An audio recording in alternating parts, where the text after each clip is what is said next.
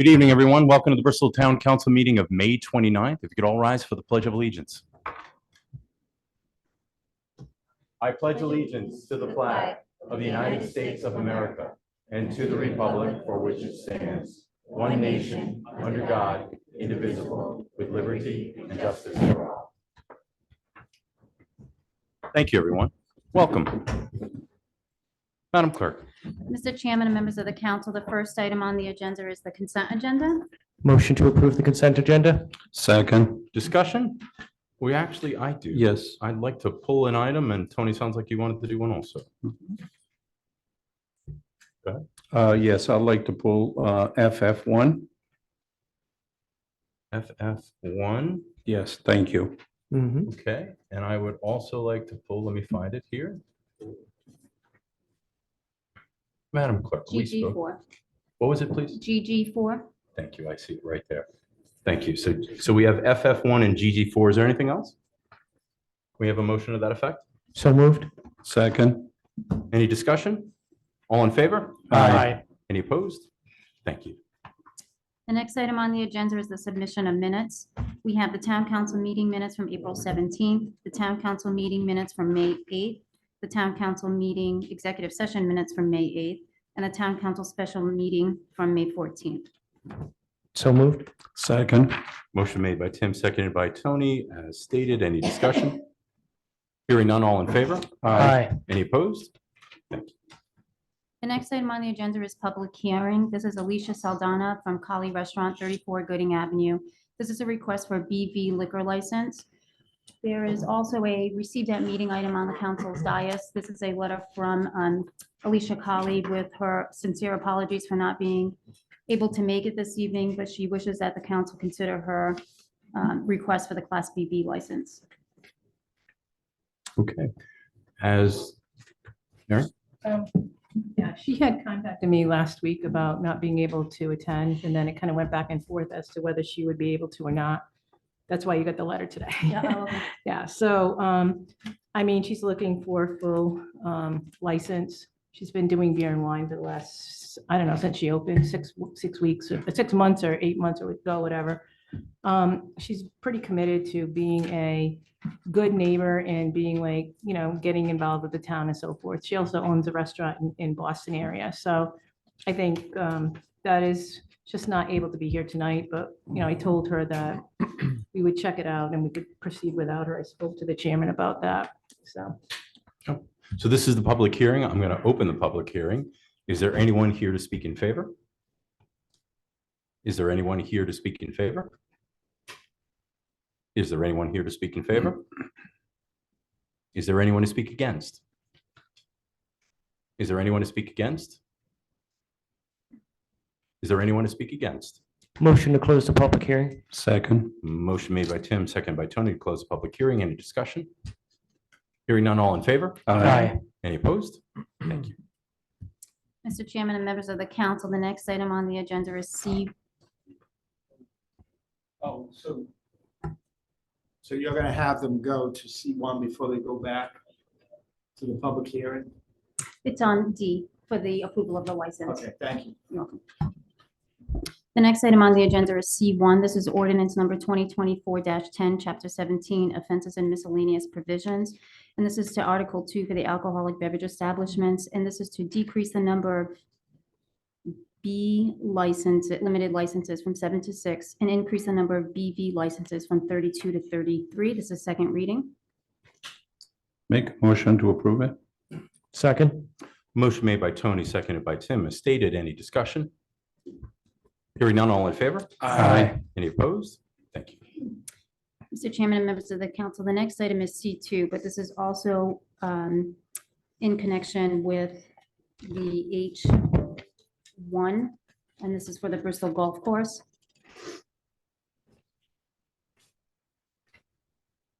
So that one's for to adopt the license. Do you want to pull H1 and move this one to the H1? So this shows modified first reading. Is it not the case? It is also modified to include the amount of Of- fees and charges for the Class C. So this includes adding the Class C license, removing one of the BV license, and implementing the Class C liquor license fee. Would this not then be first reading though? I'm just reading the bottom of it. If I'm not reading it correctly, I apologize. Oh, my apologies. That actually should say second reading. Oh, no, first reading, yes, sorry. So it is a It first, is a first. okay, reading. all right.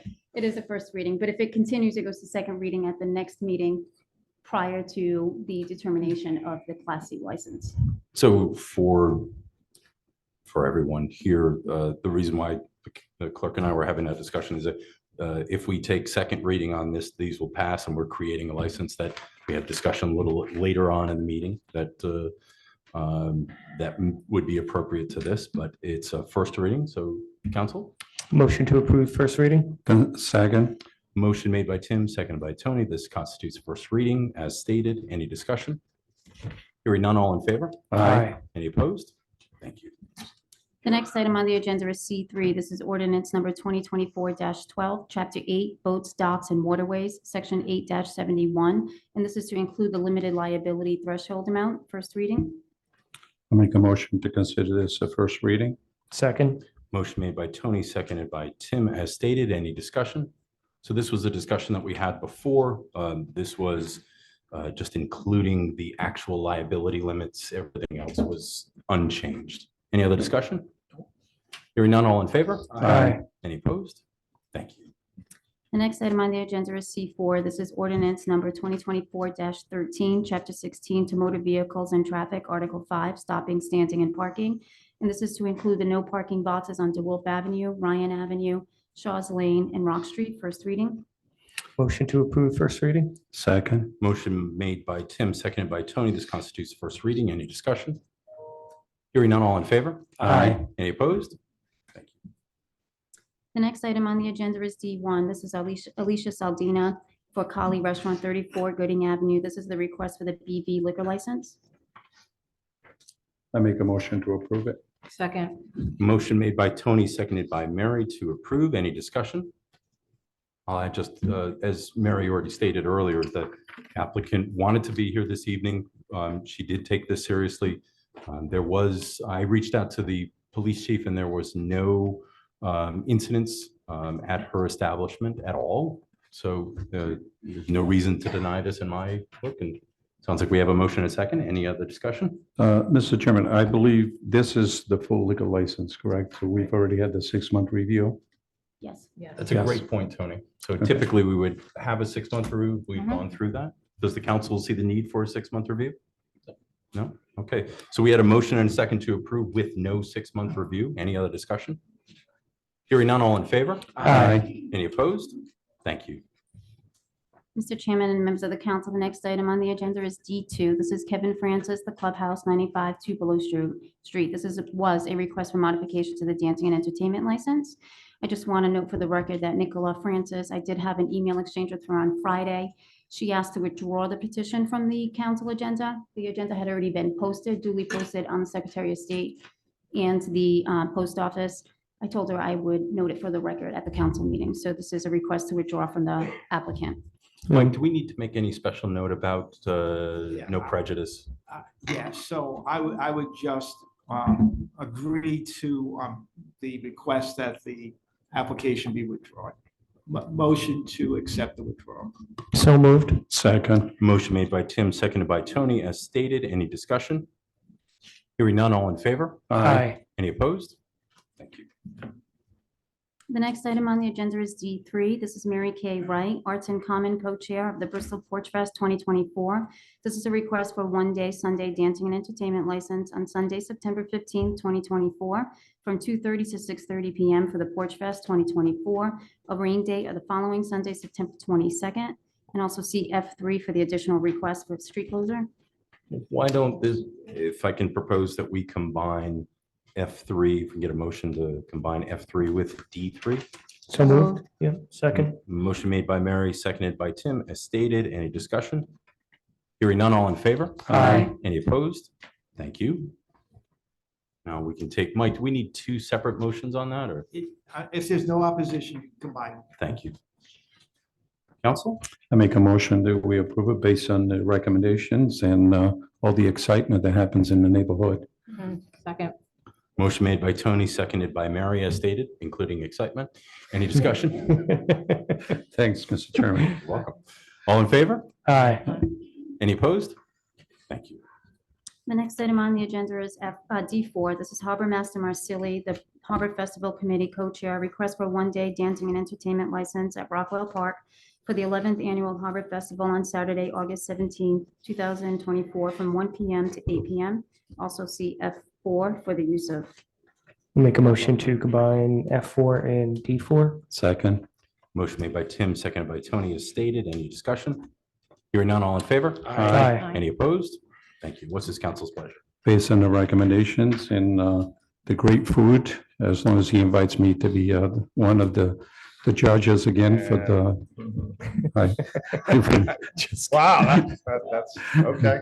There's no second yet. so- Stuffy. Is there a second? Yeah, second. All right, Mary. So we had motion made by Tony, seconded by Mary. Discussion? Just said, I can't believe this is going to be the 11th year, Yes. right, Greg? Yeah. And it's been a phenomenal It's hard to success and it's raised good amount of money for good causes. That's awesome. We Greg, take a appreciate- moment and share with everyone what it is and if they want to go, what to do. All right, so August 17th this year, we tried to move it back just a little bit because a lot of people have that Monday off the previous week. So just as like last year, we'll do a little neck boil. We'll have a steak fry, raw bar. We'll sell some beer and wine. We'll have the blessing of Fleet at, I believe, 1 o'clock. We'll have live music all day. We got a new addition this year. We're bringing a guy from town who owns a seafood business. He's gonna be doing grilled shrimp. So we're expecting to have a good time. You know, we love doing it. Greg, as this gets closer, how do you buy tickets? Thank you. We'll be selling them online on the Bristol Harbor Fest .com website. Don't confuse it with the one in Bristol, England. And then you'll be able to buy them at the Harbor Master's office or see anybody on the committee. They have a Harbor Fest in England? Yeah, if you look it up online, if you're bored one day, you're Googling stuff. The Bristol Harbor Festival in England is like a week long, Ferris wheels. Yeah, it's pretty intense. Sounds like a one-upsman, doesn't it? Yeah. Yeah, we're never gonna be there, but no, it's a great day. It's great for the community. We haven't decided what we're raising the money for yet this year. We helped the playground at Rockwell Park last year. Maybe we'll continue some improvements down there. We're working on doing something with kids and fishing. We've been trying to get that going for the last couple of years, so, That'd be great. yeah, That's wonderful. And the Maybe there's an playground, opportunity on the other side, yes. on the kicky side that we could contribute to. Yeah, we should look over there. That'd be awesome. Perfect. And, and the playground looks wonderful. It looks Yes, it really does. very nice and Yeah. I see lots of views. So So the kids that's- love it. and the stuffing competition's a big event. I mean, Shoot. those judges are tough. The judges are tough. The judges are tough. I gotta Tim, tell are you you. a judge? No comment, no comment. We had a lot of views. We live streamed the stuffing competition last year on Facebook Live. Town administrator's idea was, but people loved it. So hopefully we'll do that again this year. Thanks for your support. Always a pleasure and glad to see that it's been successful over the years. Oh, yeah. Any other discussion? Hearing none, all in favor? Aye. Any opposed? Thank you. Thank Good you. luck. Thank you. Mr. Chairman and members of the council, the next item on the agenda is D5. This is Shannon Rose, Kikamute Middle School. This is a request for one-day Sunday dancing and entertainment license at Mount Hope Farm for Sunday, June 2nd, 2024, from 1 p.m. to 5 p.m. for the Fresh Air Family Fun fundraiser to benefit the Outdoor Learning Zone construction. I believe Shannon is here. She is here. If you could, The nick of time. if you could state your name and address for the record, and it's an opportunity for a 30-second commercial. Go ahead. Oh, sure. It's Shannon Rose. I live at 19 Sunnyside Avenue in Bristol. This event is really special and near and dear to my heart because it's being run by my nonprofit Thrive Outside. It's been a project at Kikamute Middle School. It's been 6 years in the making, where we're creating a large-scale outdoor learning zone there, largely supported by grant funding. It will not be funded by the school department in any way. But this fundraiser will be really essential in order to raise, some extra funds to support the project, which most of which will be built this summer. So If the public wants to go, what do they do? So we have tickets on sale. We've been advertising on different, flyers on our website, on our social media. You could purchase them there, or they can just arrive the day of. It's $20 per person or $50 for a carload, and it's out Mount Hope Farm, where they usually hold the farmers market. That's where we'll have the event. Outstanding. Well, Shannon, I see all your ads on social media and the pictures of the events, and it's just great events for all ages, and it's great teaching moments. So with that, Mr. Chairman, I'll make, based on the positive recommendations, make a motion to approve. Second. Motion made by Tim, seconded by Tony to approve. Any discussion? Hearing none, all in favor? Aye. Any opposed? Good luck. Well, thank you so much. Really appreciate the support. You got it. Please come. I think this counts as a carload, right? So we could. Yeah, all right. We can go after the Santo Cristo Feast procession. I'll take my van. I'll drive. Mr. Chairman and members of the council, the next item on the agenda is E1. This is the sidewalk use license renewals for 2024 to 2025. Based on the positive recommendations, I make a motion that we approve them. Second. Motion made by Tony, seconded by Mary to approve. Any discussion? No issues. That's great. Yeah. Keep going. Agreed. No other discussion? Hearing none, all in favor? Aye. Any opposed? Thank you. Mr. Chairman, members of the council, the next item on the agenda is E2. This is the sidewalk and alcohol use license for 2024, 2025. I make a motion that we approve it with the exception of the Nest for the 3-month review based on the police recommendation. Second.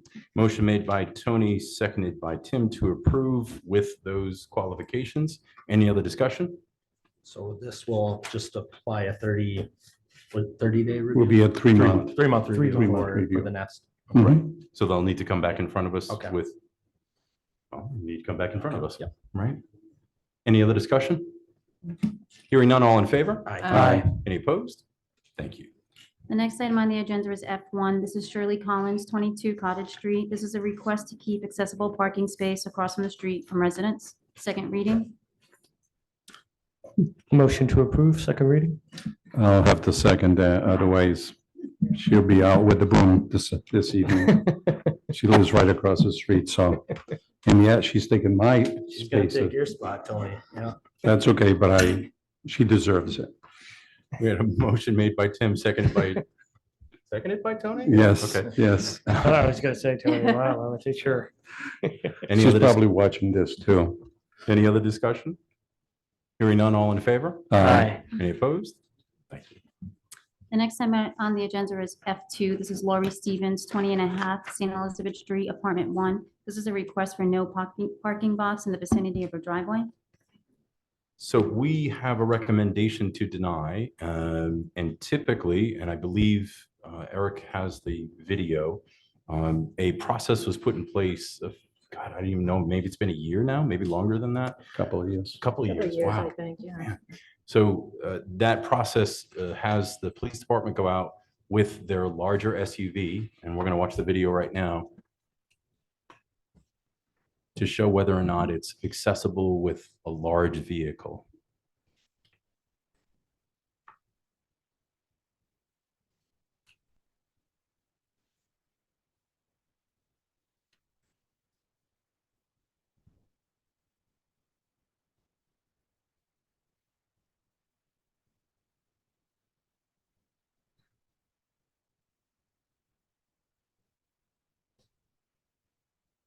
Okay.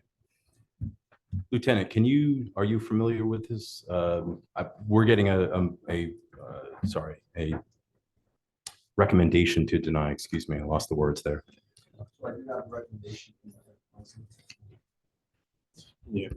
Yeah, thank you. I do have the recommendation from Lieutenant Wozni that indicates that the police department did go out, made 2 separate attempts to pull in and out of the driveway, and found minimal difficulty with maneuvering the vehicle in and out of the driveway. Based on that evidence from both of those 2 attempts, they do not find that the request meets the criteria for approval. Thank you, Lieutenant. Counsel? Just another quick question. Yeah, can you remind me, is there like a rule, or do we have an ordinance that doesn't allow parking within a certain number of feet of like a curb cut or something like that, or like a driveway? So a curb cut or a driveway, you can't extend beyond it. You beyond it, okay, I think the ordinance you're looking for is the corner. It'll be 15 feet from a corner of a road. of a roadway, okay. I know that the petitioner had some issues because people were parking too close, and so if they were going beyond the curb cut or the driveway, then I imagine that she would be able to call it in, right?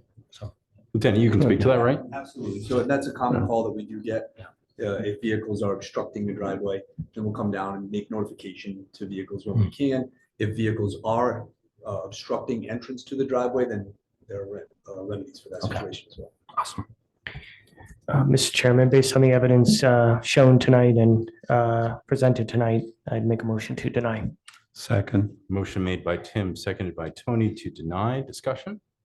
I'll take a moment just to say thank you again to the police department. This is, instead of a printed piece of paper and a couple of very fuzzy pictures, this helps us see that the process is consistent and the rationale behind it. So, any other discussion? Hearing none, all in favor? Aye. Any opposed? Thank you. Mr. Chairman and members of the council, we're going to jump to H1, old business. It's going to be Robert McNeil Design Collaborative, doing business as the Northeast Golf Company, 96 Broad Common Road. This is a request to add the Class C liquor license, continued from 5/8/2024. Mr. McNeil, how are you? I'm fantastic. How are you tonight? Good. Good, Good. good, good, good. Good to be here. Thank you.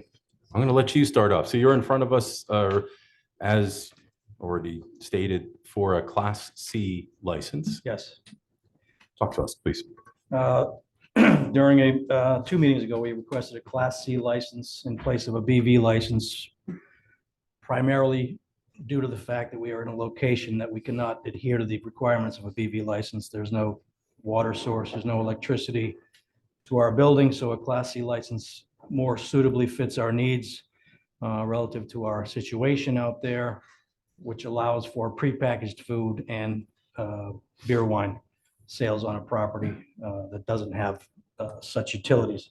So we're asking the council to, in this instance, create a Class C license for this property with specific stipulations that we will adhere to, developed by the council and the town, to allow for certain protocols. And our protocol, we put a package together with our protocols for operations on the property relative to this Class C license. And we've also put together a menu, a beer menu, a food, prepackaged food menu, as well as the layout of the property as it has been since we opened the property last September.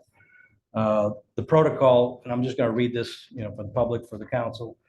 All beverages sold will be for the consumption of for consumption on the golf premise. The beverages shall include beer, malt-based, and wine products, assorted canned wine, malt-based seltzer products. So canned beverages only on the property. Beverages will be purchased through licensed distribution companies within the local market. There's only a few in Rhode Island that we deal with. Beverages sales will be for the patrons of the Bristol Golf Park only, daily players, league players, and for our events on the property. Beverages will be stored on premise in our refrigerated units with over inventory at our Vigilant Brewery partner location. BGP is Bristol Golf Park, will offer patrons an assortment of prepackaged snacks and prepackaged food cooked off premise by approved local suppliers. We are creating partnerships with local catering companies to handle this need as delivered and or warmed in a microwave and served. No food will be prepared on premise at all. BGP will engage local catering and prepackaged food companies to provide all the prepackaged food on site. BGP also intends to engage licensed food truck operators to support specific events on the course and closely with Vigilant Brewery to host larger post-event gatherings, of course, through the approval of the council. And all services will meet the state guidelines set forth by the Rhode Island Department of Health, who we've spoken with and have some guidance from them on this, but we don't see any roadblocks in how we're trying to approach this Class C license. So that's the request, or that's the protocol for our operations. You have in front of you the the menus for food, the menus for beverage, and it'll also be supported by Gatorade, soda, water, other bottled goods as well.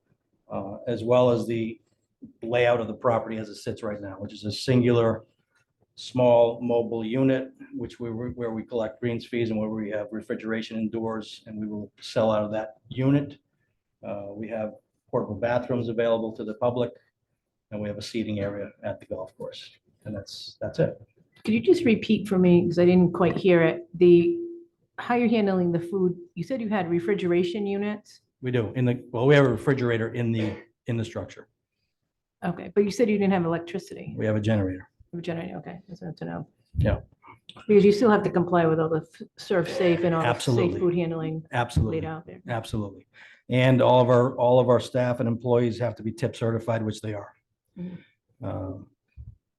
I just had a question on the food plan. If you could just sort of take me through a typical day of how you're going to be supplying the food, and you're not going to be using any Door Dashers No. or any of those services if you do run out of food. No, So you're going to be using local restaurants. You're correct. going to be getting different types of food. You're going to be, what is it, all going in the cold storage? Yeah, And correct. then, okay, This is not a high inventory situation, so we will be creating a daily food purchasing program, for example, with Riccati's.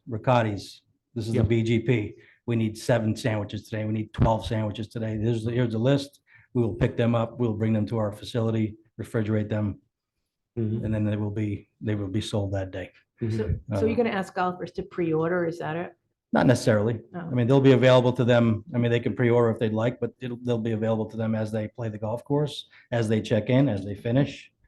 Yeah, they can use it as they wish. DoorDash is that's not, if they want a DoorDash for themselves, they can do that, but that's not what we're doing. just want to make sure. Yeah, no. I do want to make reference to the issues that have come up before as to how we can make sure that we have somewhat strict guidelines Sure. for, make sure that we don't get too many requests for this because it's Sure. a very unusual situation and we have no other Class C licenses here. So I Sure. want to just thank the administrator and Eric, the administrator's assistant, for developing the list and the guidelines of the app and the conditions of the application, because, you know, we may have to tweak it from time to time. I mean, I had talked to Eric about it in the past. When I saw it, there's some things that I might have made stricter, but that he had good reason for why he didn't. But I think it's important to note that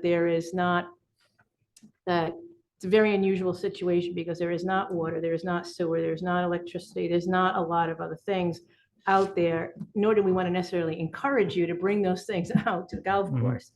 And so, you know, how do we solve that? I do think it's imperative that the food that you have actual real food. And the issue we used to have, and I think we talked about that just a little bit before, in like the bar, tavern, license. I mean, they have to have real food. They actually have, sewer, water and electricity, but it's so, if somebody just wants a bag of chips and they're not going to be there that long, okay. But I mean, that's not all you can have. You have to have real food Correct. there. And people need to just not like be drinking all day with a bag of chips. And I Right. think that's what we'll be really watching for and looking for. Great. So Yeah. I don't know if you've looked at this, the conditions. I've and not they seen the presented conditions. Hmm? I've not seen the conditions. You haven't seen them? No. Oh. Well, I think that it's a good place for us. I mean, we've talked about this at a couple of meetings. So that's where I am with that. So I'm going to take a moment, Mary, and share some of these. And this Okay. is for you and for the public too. Some of the Class C beverage license requirements or conditions of application include establishment is open for business less than 12 months a year. The establishment operates from an existing structure that does not have sufficient space to accommodate the addition of Rhode Island Department of Health approved food preparation area, is located in an area that does not have access to municipal water connection. Same for municipal sewer connection. The establishment, due to the nature of its business, cannot be relocated in an area that is accessible to water and sewer conditions. The location of the establishment is such that establishing connections to both, already discussed, would place an unreasonable financial burden on the business. And that the establishment, if operating from temporary movable structure, is not mobile in its business operations. So that's a very important distinction. This is not a food truck, is a nicer way to say that, right? Right. Alcohol sales is ancillary to and complementary to the establishment's primary goods. So golf fees are number one in this instance, not liquor fees. Correct. Right? Alcohol may only be served between the hours of 8 a.m. and 7 p.m. Alcohol may not be sold and or served when the establishment is not generating revenue from its primary purpose. So if the golf, in this instance, if the golf course is not functioning and open, nor is alcohol being served. Town council may approve any Class C license only for the period of time that the business is in operation. Business may reapply for a Class C license when it resumes operation. I'm going to take this a step further. We have no Class C licenses right now. Tony had spoken to our prior clerk a little bit ago, and the last time we had one was in 1986, I think is what you said. Was right in the middle, And it was yes. a short time. The reason why we don't have Class Cs in any kind of number, actually it's 0 at the moment, is that it's important to this council in this town that there's food being served. Picture a restaurant, and it's not a bar. We don't want bars. We have no problem with establishments with bars, but it's not solely a bar. So I was speaking to a couple of our members of the police department, and the turn in the town of not having a bar anymore has changed so much. And we're a better place and we're a better community because of it. So this Class C is a big deal for us to consider because, and the distinction here is that you don't have to have food on premises. That you heard all the questions from the council. This council is very concerned that food is there and available to the public. So we don't want people playing, getting drunk, and leaving. We don't want people playing, getting drunk, regardless of eating food, right? But we're hoping that this whole picture makes sure that those things don't happen. I've been on the record as being very reluctant on this because I know that we approved a limited BV, which means beer and wine and food preparation. And I won't belabor that point, but we're here now. I, for myself, would be okay in taking the next step on this with a 3-month review and then an additional review, possibly in the middle of the next season. So for example, May, June of next year. And that review is just like we do with a limited BV or a full BV or anything else to make sure that all the ordinances are being followed, all the requirements are being followed. I know that was a long and arduous statement, council. Mr. Chairman, one of the other items I would definitely reinforce is, excuse me, is that the license be applicable only to the golf course and not be transferable. We got to make sure that this doesn't become an issue where it gets moved around, but rather, applies only to the golf course. And certainly could be, used by somebody else taking over the business, but not going elsewhere, from the golf course. So no transfer of that Except- license. Well, you can, So if you- I'm sure the solicitor can weigh in on that portion of it, but we can attach it to the address, correct, Mr. Solicitor? All licenses are attached to an address, and any transfer must come before the council. And any new location would have to include a full public hearing. So to remind the council and the public is that we are not granting or considering granting a license this evening. This was to get clarity on what's being proposed. If you recall, C2, as we were talking about earlier, was the first reading, so we'll require a second reading at our next meeting, and if this council so choose to do so, we can grant a license at that point. Madam Clerk? It would also require a public hearing at the next meeting. Thank you. Mr. Chairman, I just have one question, and I just want to say that this has come a really long way. I think it's come, moved in a very positive direction. I just have an operational question for you, Mr. McNeil, and that is, in terms of like Bristol Golf Park, I imagine that it's maybe different than a lot of other 9-hole golf courses and everything like that. What's the usual time it takes somebody to get through, 9 holes over there on that course? Hour and a half. Hour and a half. The And most. then, so what folks will be doing is they'll be walking up to the tent reception area. They'll order usually one beer at the service window. do the 9 holes and come back and they might have another beer Sure. or something like that. Yeah. But there's never any more than 1 beer given to anybody at that service No. window. Yeah. And I would agree that this is a very atypical situation here. It's a smaller golf course. You're not sitting there for 4, 5, 6 hours a day like you would at a full-scale golf facility. And primarily what will be happening here on a daily basis is we'll be serving our leagues. Our league play that's coming in the evening that might want to hang around for a little bit after they play. That's really what it's going to serve.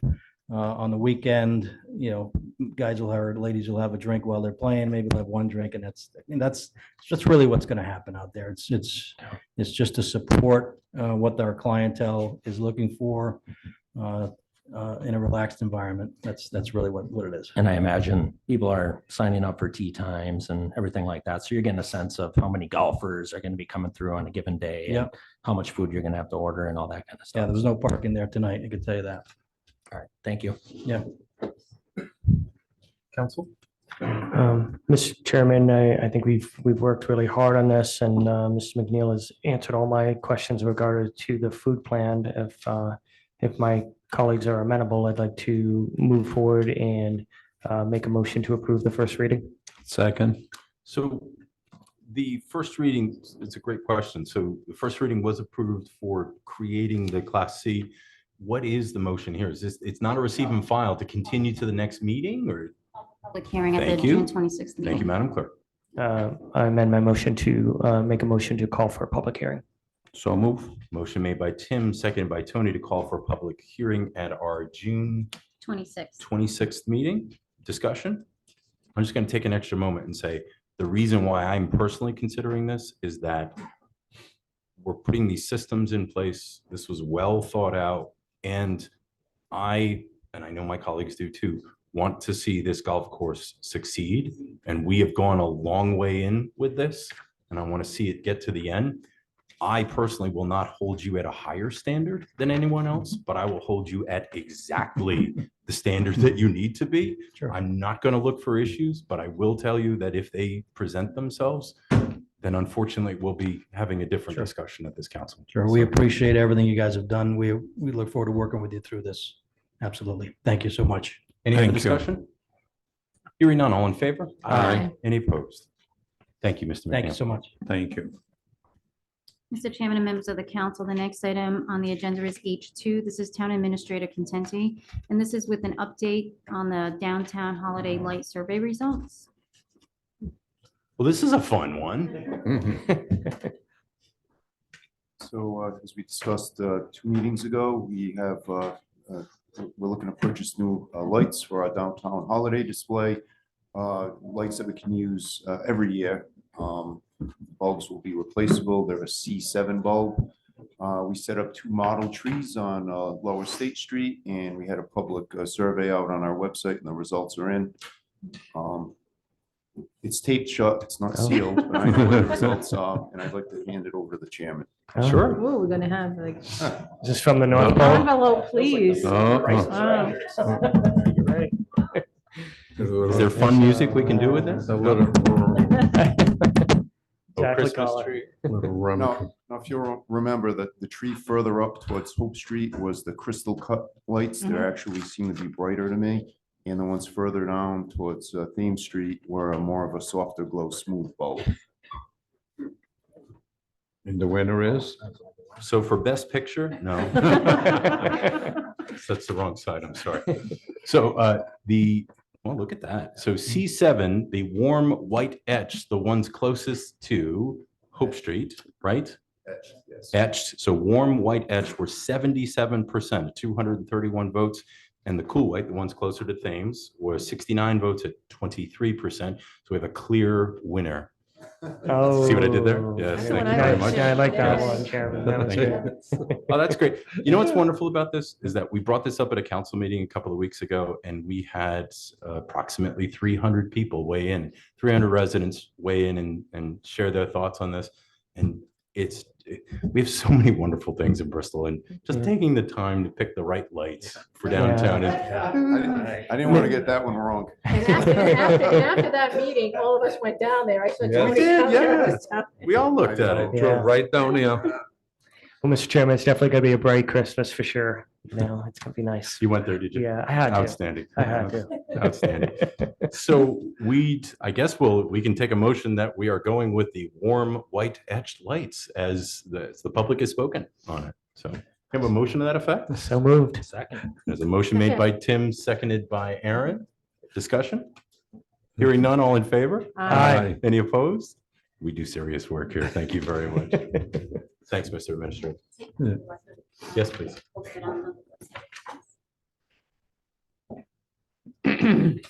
Mr. Chairman and members of the council, the next item on the agenda is I1. This is Fire Chief DeMello. This is a request to utilize the opioid settlement funds for the purchase of a ventilator. Chief. Thank you. Good evening, Mr. Chairman, members of the town council. Good evening. Thanks for taking the time to consider this proposal.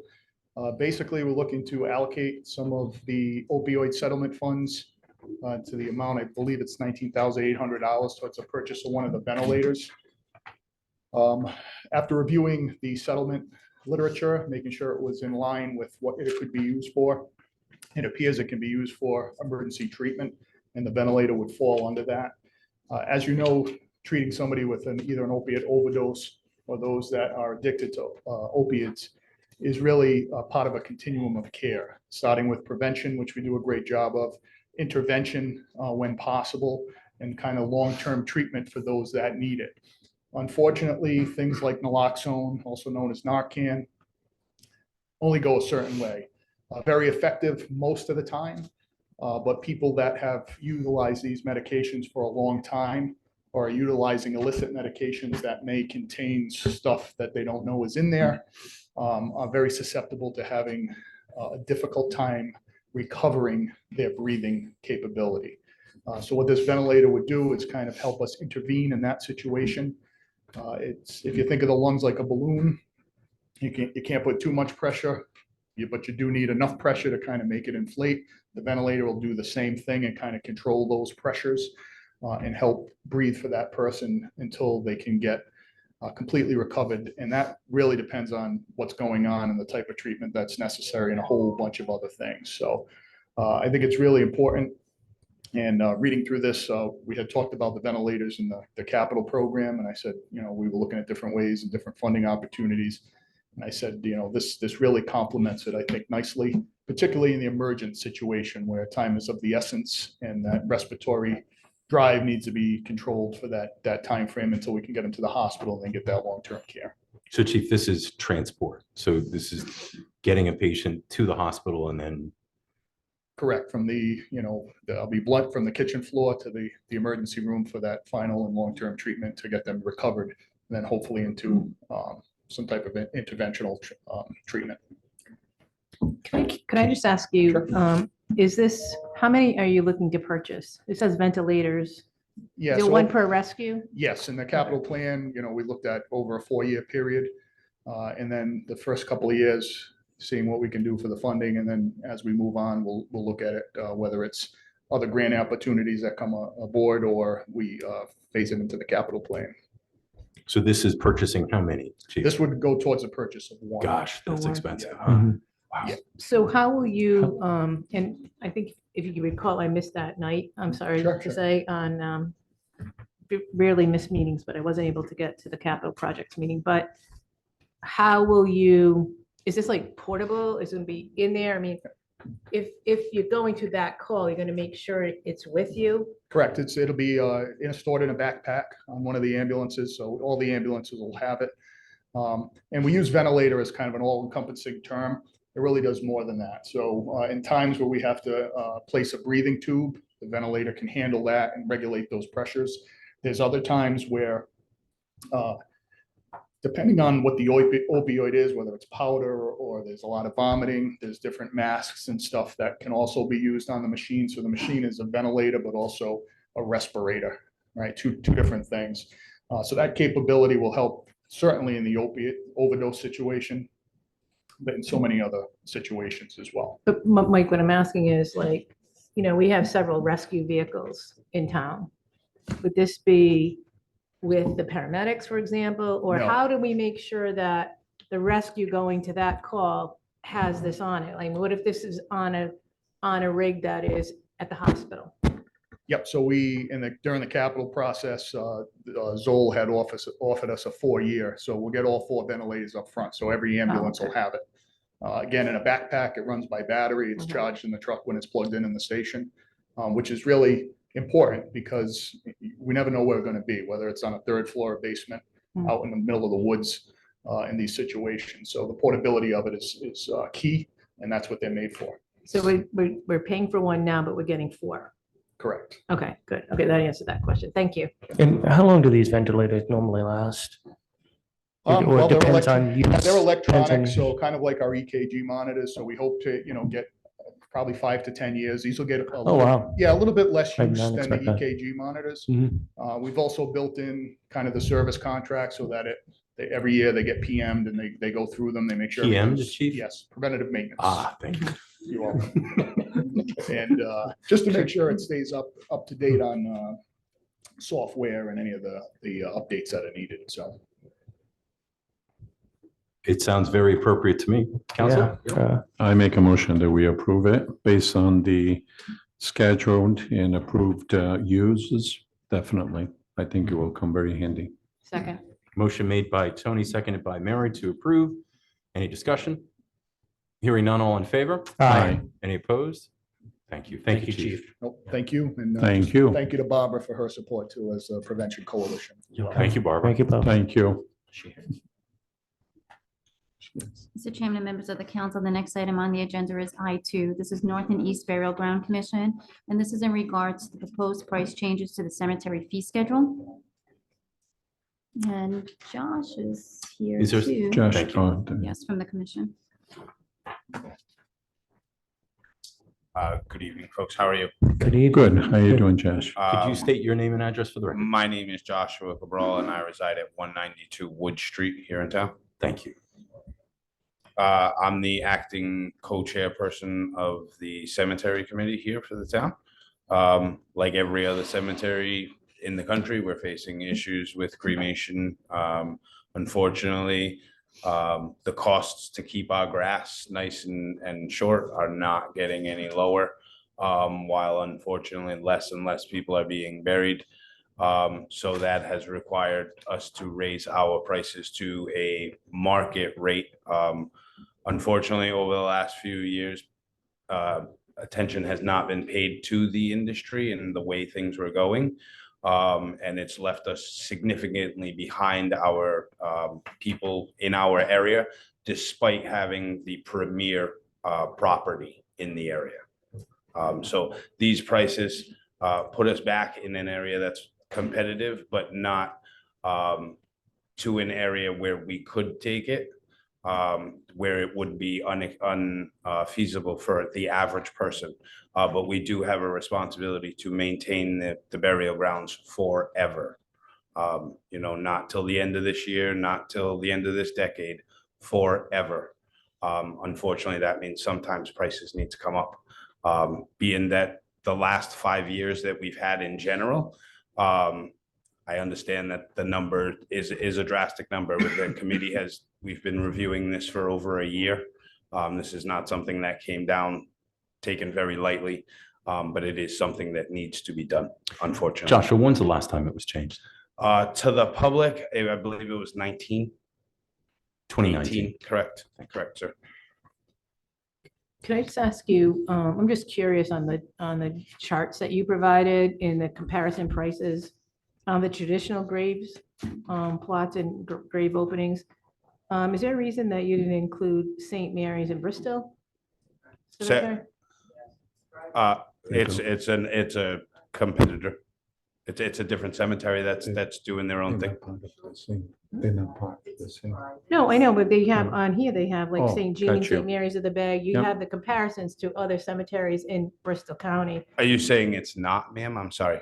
Yeah, I don't see St. Mary's in Bristol. I see Barrington, Forest Chapel and Princess Hill, St. Mary's of the Bay, St. Jean's, I'm Four not sure Corners, Trinity, exactly. Newport Memorial, and Island Cemetery. I don't see St. Mary's in Bristol. I'm not sure exactly what it is, but it's 900 per burial site. So at St. Mary's, they bury one on top of each other, where we bury side by side.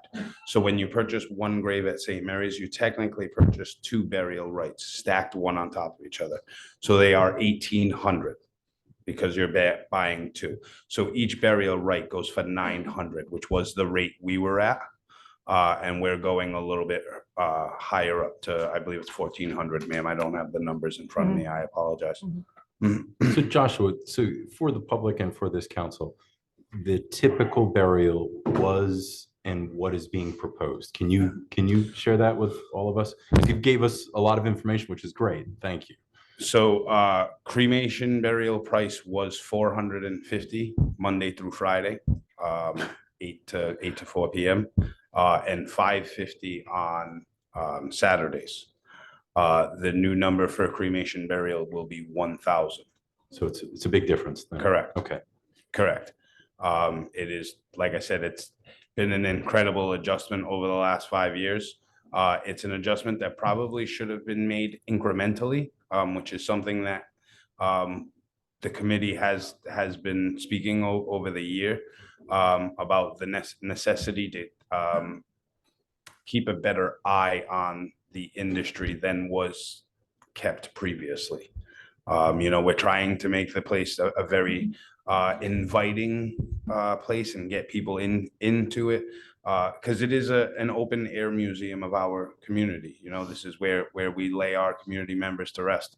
But at the same time, we still have to, the grass has to get cut, the walls need repairing, the gates need fixing. All these things unfortunately take money. Josh, that was interesting. You said Monday through Friday was one price, but if it's Saturday is a different price, correct? I had no part in that, sir. That's long before my tenure, sir. that's quite interesting. Okay. It's a The- work day. Everybody does that. Yeah, okay. No, no debate in that, but it's just interesting that, okay. I noticed that in the flush markers plot, if it's one cremation spot, obviously it's 15. If you get two, it's 3,000, correct? Correct. You don't get a break? You don't make it 299? No, just kidding. All right, understood. Mr. Chairman, I make a motion that we approve the proposed changes. I'll second for discussion. And Carla, Treasurer, I just want to ask as far as their budget and these rate increases, are they in line from what you? Yeah, the cemetery commission, they need to raise their rates they currently have in order to keep the cost of the taxpayers at par, at nothing. So they need to increase their budget rates a little bit, and I think it falls in line with where they need to be. Other than that, they're going to deplete their perpetual care fund balance, and they'll exhaust some of the taxpayers' monies, which isn't supposed to happen. So they're supposed to run their own at a net zero to the taxpayers. So in the event, they kind of need to do this to keep up with the pace of inflation and the cost of everything. And then for the upcoming budget, should we be making any changes for the next budget to prepare so we're not getting into these massive increases? So they're not technically in our budget per se, because they're supposed to run as their own entity, where their costs, their revenue is supposed to take care of all their expenses for the cemetery. They've been doing a great job over there, upkeeping, doing capital improvements. And so in doing so, which Josh mentioned, they need to kind of reallocate or kind of rethink where their costs are now. And we did a lot of due diligence on this, and they really need to increase that revenue to keep up with that expense stream in order to make it a net zero, because they're not budgeted within the town. So, and I don't think this council has any issue about the increase, meaning it needs to be increased. We understand that part of it. I think you captured it well, Josh, is that is a big increase. That's Correct. really so. And that was so the plan was originally, this conversation started over a year ago, sir. The plan was to make it incremental hops so that it wasn't such a drastic thing to the community. Unfortunately, we've gotten to the point where the time was expended, and the move needs to be made. Like we need to get to that point, and the point it went back and forth with the town, with the commission, I'm sorry, with certain other things, with trusts and things of that nature, that led to the decision not being made over a year ago. So again, I certainly understand, we understand that the cost increase, that's understandable. I think, but on a go forward basis, maybe we can have this come in front of this council on a yearly basis. And also, and I think, I forgot, Tim, I think it was you that was asking the question, is that make sure that the increases correlate to the cost. So we want a net zero on this. Whatever increases need to happen, we absolutely understand it. But we want to make sure that these are appropriate and not too much, if you will. So, or Correct. Not enough would also not be good. So the plan is to do it definitely on an annual basis internally, and then possibly come to the council with annual or biannual things. The idea of, unfortunately, you just can't go 5 years anymore without reviewing things anymore. What you can do, and you don't need to do a necessary presentation in front of this council. We have a consent agenda, which would allow to get this information. And if we're going too much one way or another, then we can have this open dialogue. But if it's in keeping and it's a yearly report, that would certainly be acceptable too. You know, we are getting to the point where we actually need to expand the cemetery now. You know, we're going to start expanding behind the rec center. Different expansions need to be made within the cremation garden as well. So there's a lot of the cost of this is also for upcoming capital things, capital projects. If I may, Mr. Chairman, you're right on talking in terms of, I mean, we see a very sudden increase. However, Josh, in all fairness, he's fairly new on the board. And I Mr. Charlie Calvacanti, he was there forever. So he had the institutional knowledge. He obviously was very much aware of, so certainly is good point made by the chair going forward. However, in all due fairness to Josh and the new members, I would say, let's just keep up the good job and keep us informed. Are you interim? Is that what you said? I like to say currently acting, co-acting. Because after this meeting, you're thinking you're not going to do it anymore? Is that what's happening? We'll see how I do if I make it out to the parking lot. Listen, thank you, folks. Appreciate your time. You're welcome. Then that just increases costs, sir, because then we have to, you see what yeah, exactly. Josh, you really getting us a little concerned now. I hope somebody's on call. The phone's over there. So we had a motion and a second to approve these and accept these increases. Any other discussion? Hearing none, all in favor? Aye. Any opposed? Thank you. Mr. Chairman and members of the council, the next item on the agenda is I3. This is public notice from DEM in regards to RIPDES remediation general permit, requires response by June 21st, 2024. Just a motion to receive and file unless there's objection. So moved. Second. Motion made by Tim, seconded by Tony. Any discussion? Hearing none. Oh, go ahead. Sorry, Mr. Chairman. I was just going to ask the administrator here. It looks like what we have before us is the permit for the water quality and everything like that. It's a general permit. It looks like they're tightening things up a little bit. And of course, Diane might want to weigh in here too. But can we expect any major changes from our end or anything like that? I know that we've been doing a lot of work at water pollution control and everything like that to try to maintain these standards and everything. Does anything pop out at you here? On preliminary meetings with DEM, I think in the future, like the 10-year outlook would be that they want us to increase the volume we can handle during heavy storm events. I know we just completed that $7 million solids treatment upgrade with the two new tanks, but they don't want any chance of overflow. So typically we do about 3 million gallons per day. During a heavy rain, we could get 14 million. Our engineers are trying to determine where we're gonna store that capacity. We're not in a situation like Narragansett Bay Commission where they have an underground a tunnel that they can store it in until they can process it. But the DEM apparently wants us to continue to upgrade and increase the size of the facility. So I see additional money being spent there for the next 5 to 10 years. So those are the preliminary conversations.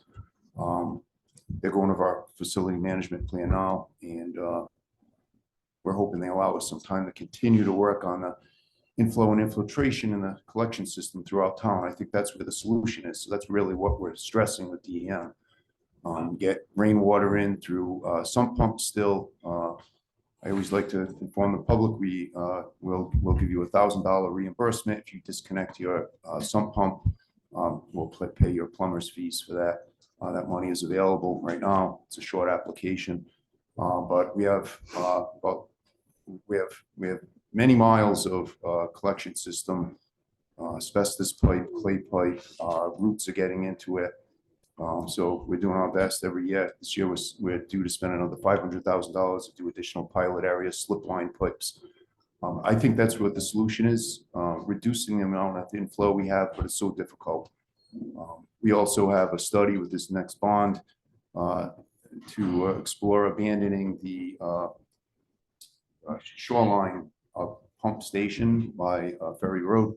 We know at high tide, we're getting infiltration there also. So we'd like to abandon that sewer line and connect everyone up to Ferry Road.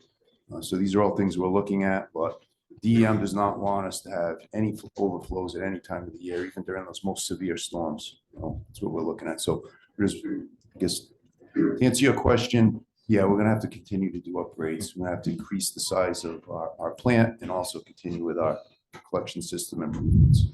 Mr. Administrator, I also, and Diane, I think we also need to look into more ways of permeable material in regards to sidewalks or greening of parking lots and things like that, so that the stormwater isn't, we're able to mitigate it in certain areas. I know the council has done a really good job on certain parking lots and demanding that they be green.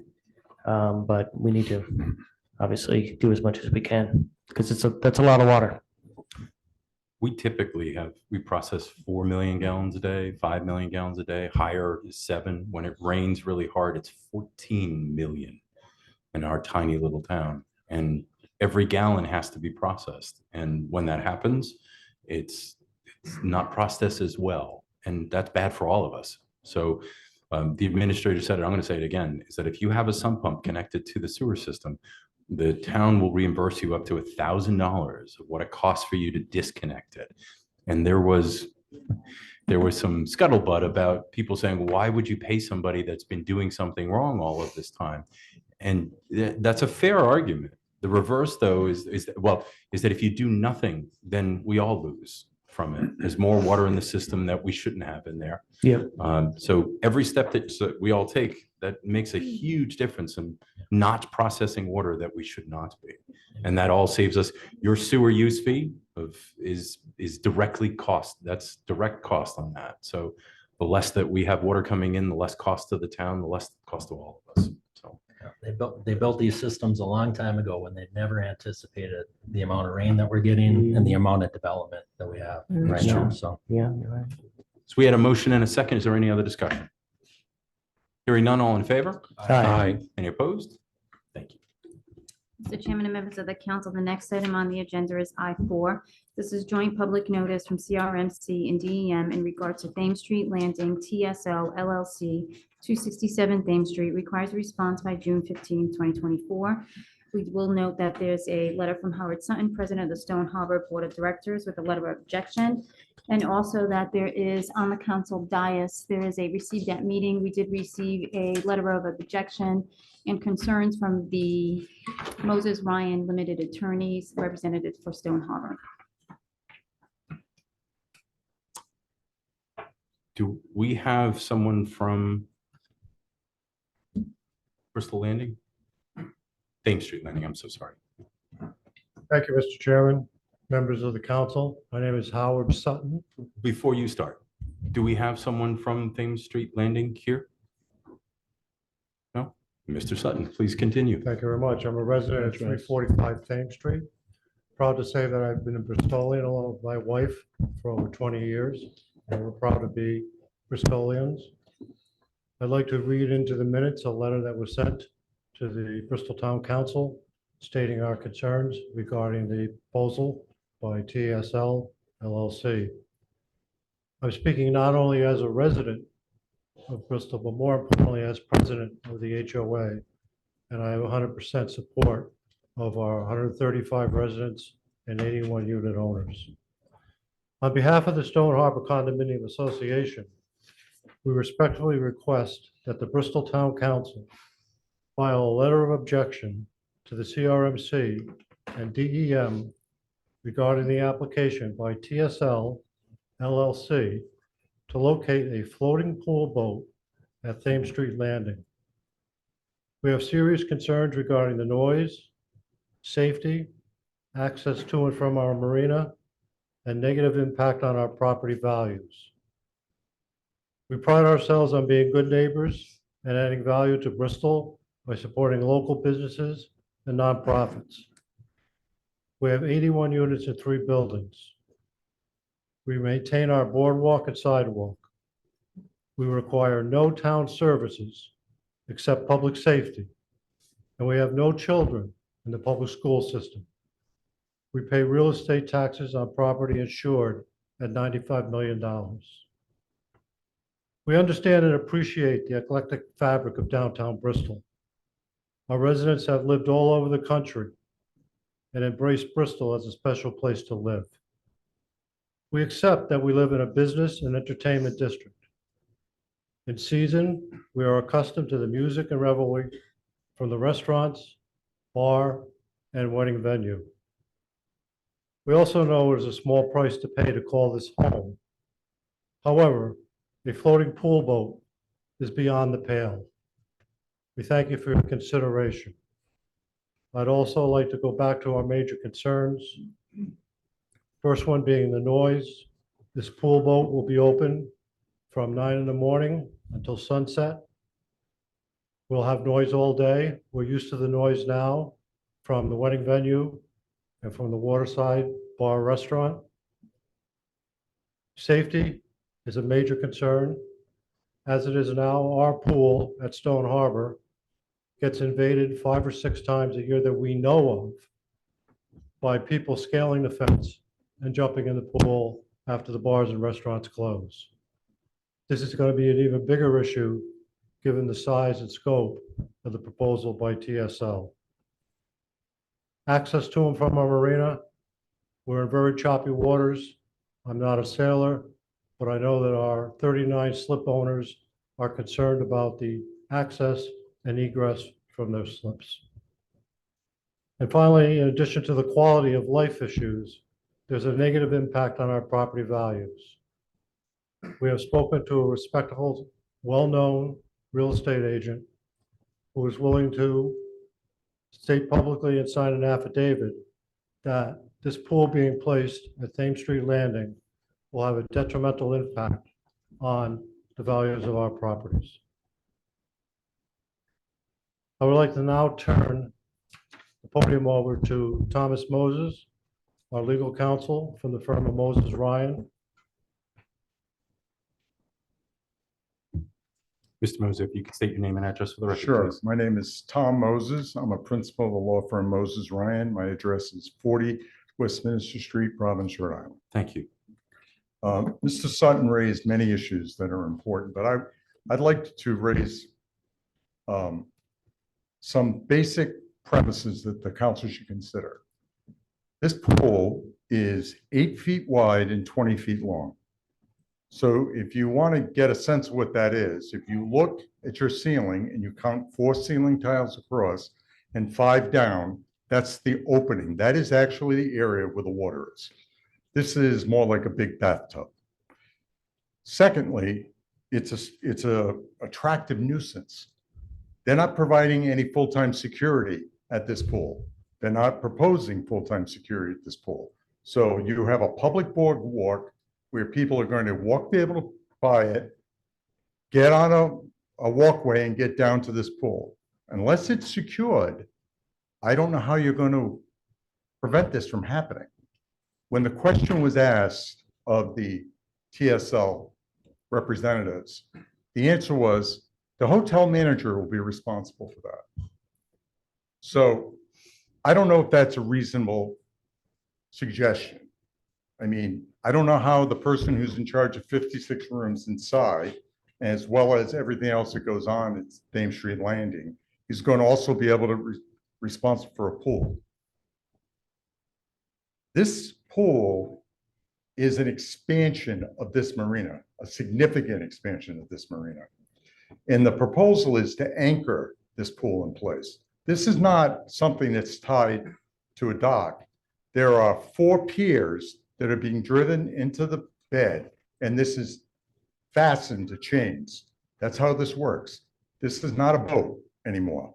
This is a fixed asset that's put there. This isn't like a boat you put in your slip and you untie it and you drive away. That's not what you have here. This is a permanent attachment here that may be moved later. I don't know. We're very concerned about the safety issues here. The other thing that was mentioned was there was no alternative locations. Now, if you looked at your ceiling and you saw 8 by 20, you would realize that the stated parking space is 9 by 18. So 1 parking space would accommodate that pool. That's what it would be. And if you wanted to add a little decking, 2 parking spaces. That's all it would be. So I'm having a hard time understanding why it has to be an expansion of this marina, which has all these deleterious effects on my client. It just doesn't seem to make any sense. The other thing that I would say is that this is a 56-room hotel. This is not a convention hotel. This is not a hotel that has 200 or 300 rooms that needs every attraction to fill it up. You have a wonderful community here. There are reasons why people come to Bristol because it is a magnificent community. You maintain your community well. It's just magnificent. Fine restaurants, fine experience. I don't see where a 20 by 80, excuse me, an 8 by 20 pool is a big attraction to try to fill up 56 rooms. It doesn't make any sense. The logic here fails me. Another troubling fact is that in June of 23, the town administrator, as well as the harbor master, and it's in your package attached to the letter I sent to you, the harbor master submitted an affidavit, and the town administrator submitted a letter of support of this project. And in the letter, it makes you believe that this is going to be a massive economic boom to the town of Bristol, and also provide a substantial public and economic gain to the state of Rhode Island. Now, I'm quoting, that is in the administrator's letter. I would just say this. This is not a public pool. This is a private activity for the benefit of residents, of guests of the hotel. I see no public benefit of this at all. So I don't know why, and the economic gain is only to the hotel. It is not to the state of Rhode Island or the town of Bristol. I mean, these are hyperbole at best. I just want the council to think that this is a broader scope that one should consider. There's a wedding venue, there's a buddingness where you have a tent where people have weddings there. And as you were talking earlier about alcohol activities, what is it going to take from someone who's had a little too much to drink at that wedding to walk across that public walk and down into that pool? Or somebody jumps over the barrier on the pool into Bristol Harbor. These are attractive nuisances that you should not want, in my humble opinion. Thank you very much. Thank you.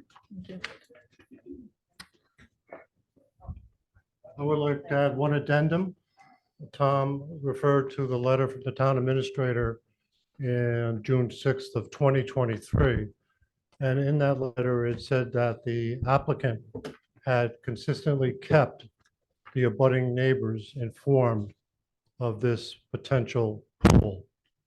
I want the record to show that I first heard from a principal of Goldstein Properties Incorporated 3 weeks ago, not June 6th of 2023. So that is totally inaccurate. We were blindsided by this 3 weeks ago. We've been scrambling.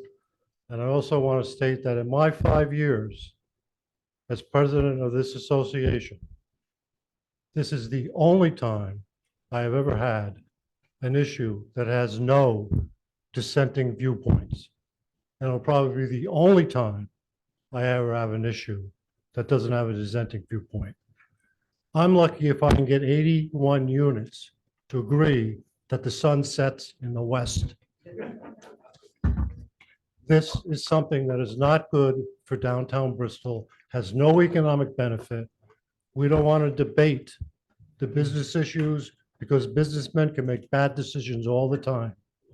But this is a problem waiting to happen. Nobody is going to police it.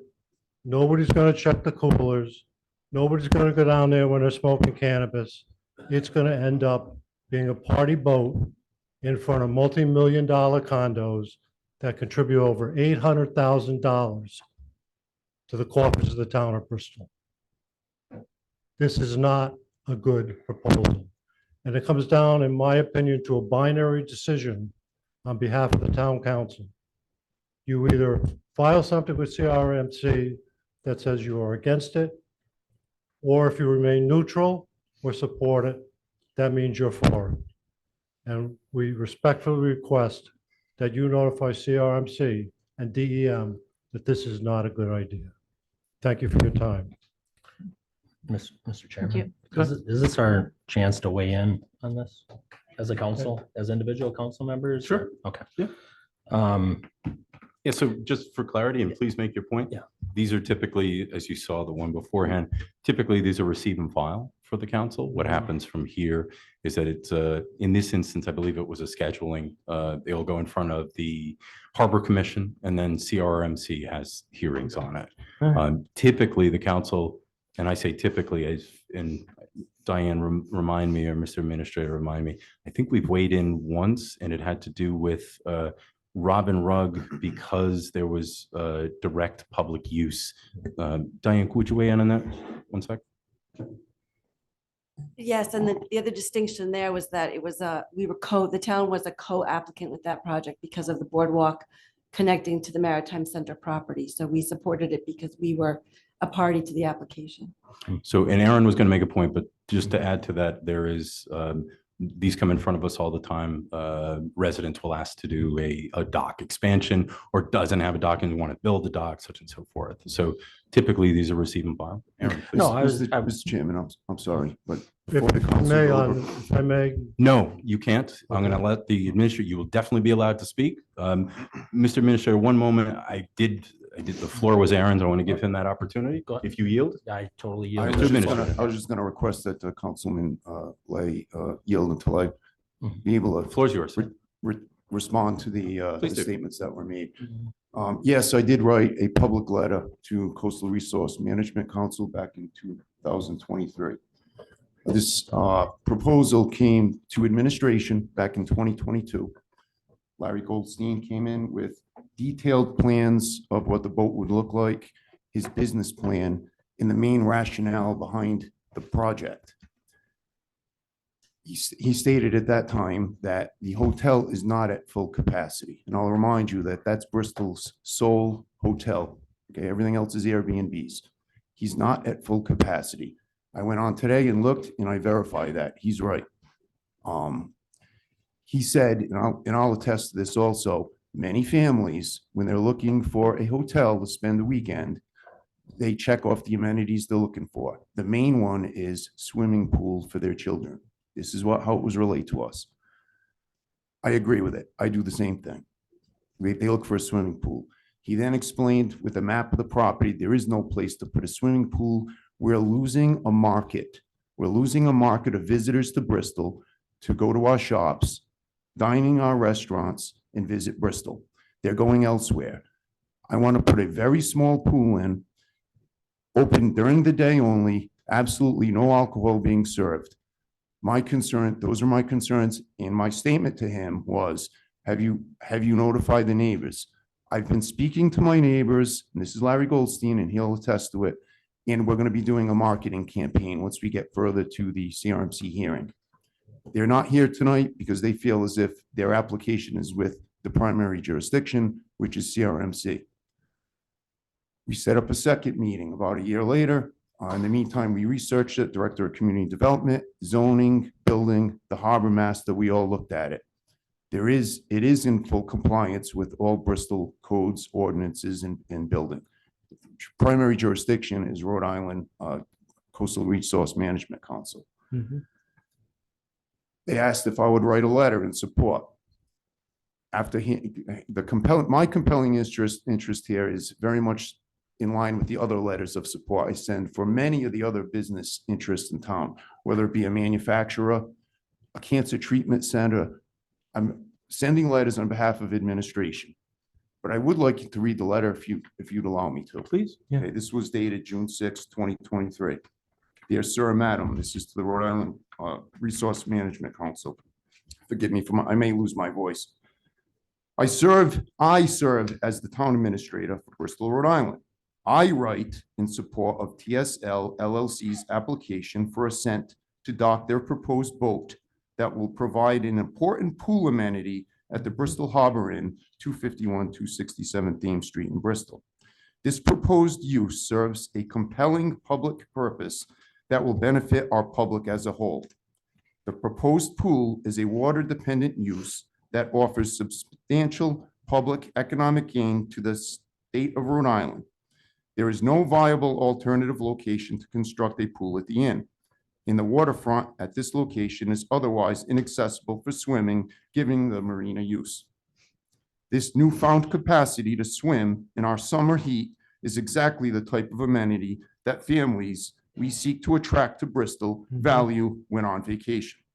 The proposed boat will also be an important feature and benefit to Bristol when competing to attract meeting and event business. Our town officials have determined that the project is zoned and building code compliant. The proposed boat presents no use conflicts. It will not unreasonably interfere with public access to tidal waters nor the shore, since it will exist right alongside many other marine vessels. Nor will the boat negatively impact the historic significance of this area. Instead, it will stand as a symbol of Bristol's historic maritime leadership in innovation, boat design, build, and use. The applicant, has kept its residential neighbors updated as to the proposal and are committed to implementing controls that will protect the interests at this location. For example, to minimize the risk of storm damage, it has included a wave fence in its design elements. 2, all drinking and substance use will be specifically banned, consistent with the intended family environment being created. 3, diving will be prohibited. 4, limit the hours of use to daytime hours. And 5, regulate noise carefully. Bristol takes great pride in its beautiful waterfront. This proposal will only enhance our town's capacity to use our coastline beneficially for all. Therefore, we, meaning administration, strongly support CRMC's assent. Thank you for consideration. Please call if you have any questions or would like to discuss the project. This is a public letter. This was not, this was for the public file to be heard at the hearing. And all the information here can be verified, and it was testimony from Rob Goldstein when he came in at 2 different times and met with us with his plans. I certainly agree and respect the residents. It's a fabulous location. I do know that area very well. In fact, as a kid, I used to troll behind where your marina is. I have a strong propensity, and I'm a strong supporter for public access to our shore for all. Looking at the hotel rates, I would say it is open to the public. It's not a public swimming pool, However, they're affordable rates, especially on a non-weekend evening in the summer. I think it's an opportunity for people to be outdoors and enjoy the environment, being by the shoreline for people that may not have swimming pools. I'm still in support of it. The police department does an outstanding job. I'll personally attest that the hotel is remarkably run. The bar and restaurant in the back is not the hotel. The hotel is remarkably well run. There are very few, if any, problems there, and they manage it very well. So I think, I don't think it's going to be a rowdy pool. It's not that size of a pool. There'll be no alcohol there, and it'll be shut at sunset. So I did state everything in this letter, nothing more and nothing less. And I think that, I am still in support of our residents there. Any challenges that may come up in the future, we can address with the hotel. And if it doesn't work out, we're going to have to deal with the noise ordinances but I don't see that happening. I think it's a good project for our waterfront, and it opens up opportunities for people. Wait, so Aaron? Yeah, no, Thank you. I just, I appreciate the comments from the town administrator, from the folks that are before us. I know in the past where we've interviewed people to come in for the Harbor Commission and things like that, we've asked about things like sustainable tourism. How are we going to ensure sustainable tourism for our town and things like that? And so what I want to kind of preface my comments here is that, this is all more about dialogue, I think, than anything else for me. And I'm not speaking to anybody in particular, but for me, it seems like it would be nice to pump the brakes a little bit on something like this and to proceed with caution. Because I'm looking at some of these pictures before me, and the structure does seem to be a little bit out of place in this marina. And I guess one of the things that I want to pose to my colleagues is that if we don't intervene now or register some of our concerns with CRMC, what stops more of these structures from going up? Can we expect any more to be going up in any other parts of the marina? If we're happy with having something like this in this part of the marina, or in this private marina, are we gonna be willing to do that in other places as well? So I think that that's something that we're gonna have to come to grips with if this is something that we're gonna be expecting to arrive on our shores here. I just wanted to, I agree very much with what you just said, Aaron, and certainly with some of the comments that have been made with Tom Moses. I think he summed it up well when he said that Bristol is a wonderful community. I thought the same thing when I saw this proposal, and it's like a novel idea, and maybe it's a new idea, I don't really know, of putting a pool on this boat or whatever it is. But I mean, we're in the middle of downtown Bristol. We're right on the water. We're that location is surrounded by restaurants, shops, a lot of other things. We have a town beach in town that's not that far away. You could rent a bike and you could be there in maybe 10 minutes. We have other waterfront, other beaches down on downtown, Union Street and Wally Street beaches as well. I'm surprised that this pool, I understand when you have little kids that a pool is safer than going out into the water. I get that. But I don't really see that as, I don't see it maybe as a big family hotel. I don't see that there's not other, like that people would just discard this and say, oh, I'm not going to go there.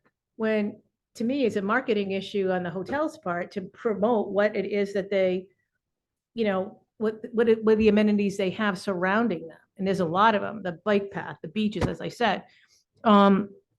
So I don't think this is a good location. I agree with Aaron when he's talking about, I feel a little bit like, I've kind of been in agreement on certain things. Like, I feel a little bit like this is back to the Class C liquor license. And we really had to put those strict guidelines in place and even to consider it. I mean, the attractive nuisance, great point. I thought the same thing. And I didn't think about the wedding venue as much as, the restaurant nearby. And people are there till very late, and who's to say they're not going to decide to take a swim or jump in. I think there can be a lot of dangerous aspects to this.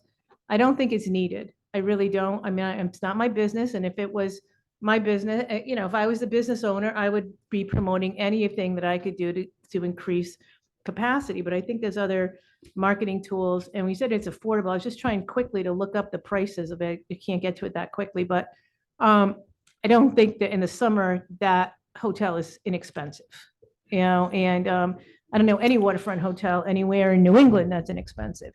So I don't think it serves any purpose except for I don't think it's going to make or break like our food revenue or any of the other taxes that we get. The restaurants are very full. There's a lot of people who come here, and I don't think this little pool in this location out on the water is going to make this huge difference to our economy in town. May make a difference to the hotel, but I think the hotel is relatively successful as it is. I'm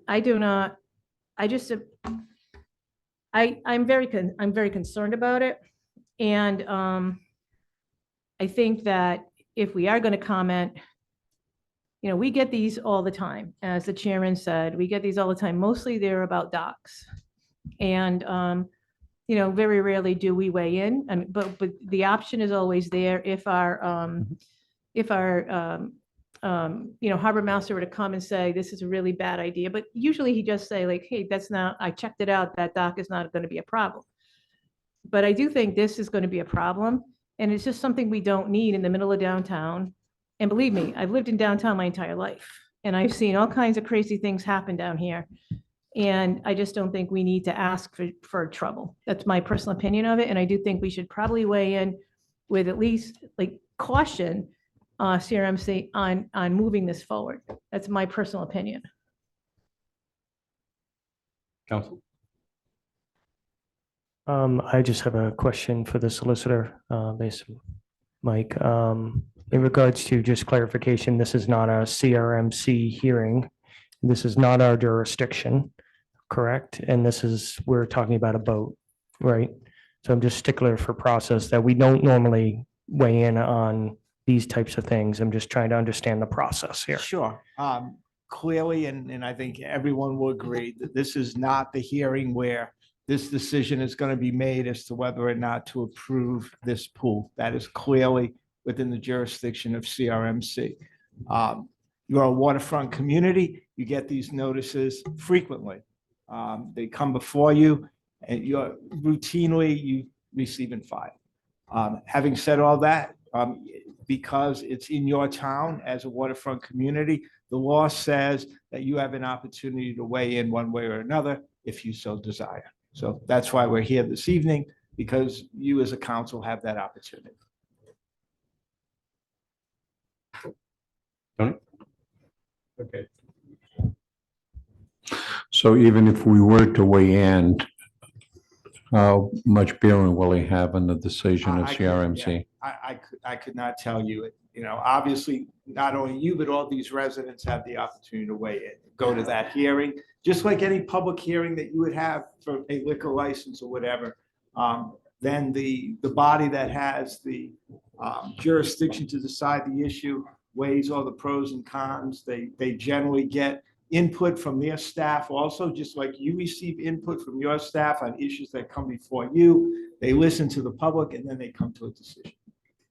Mr. Solicitor, this would be no different than the DEM permit, the wetlands permit for the hotel and everything, where we had a letter and we sent it in. Or I think there was even a time where meeting minutes were sent a few years past on the same topic at one point. So, I mean, you could send minutes, you could send a letter, you could receive and file, a lot of options. Tony, did you? Yes.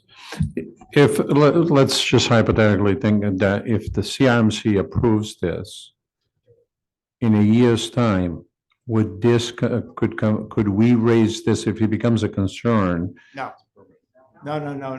Once it's approved, it's approved.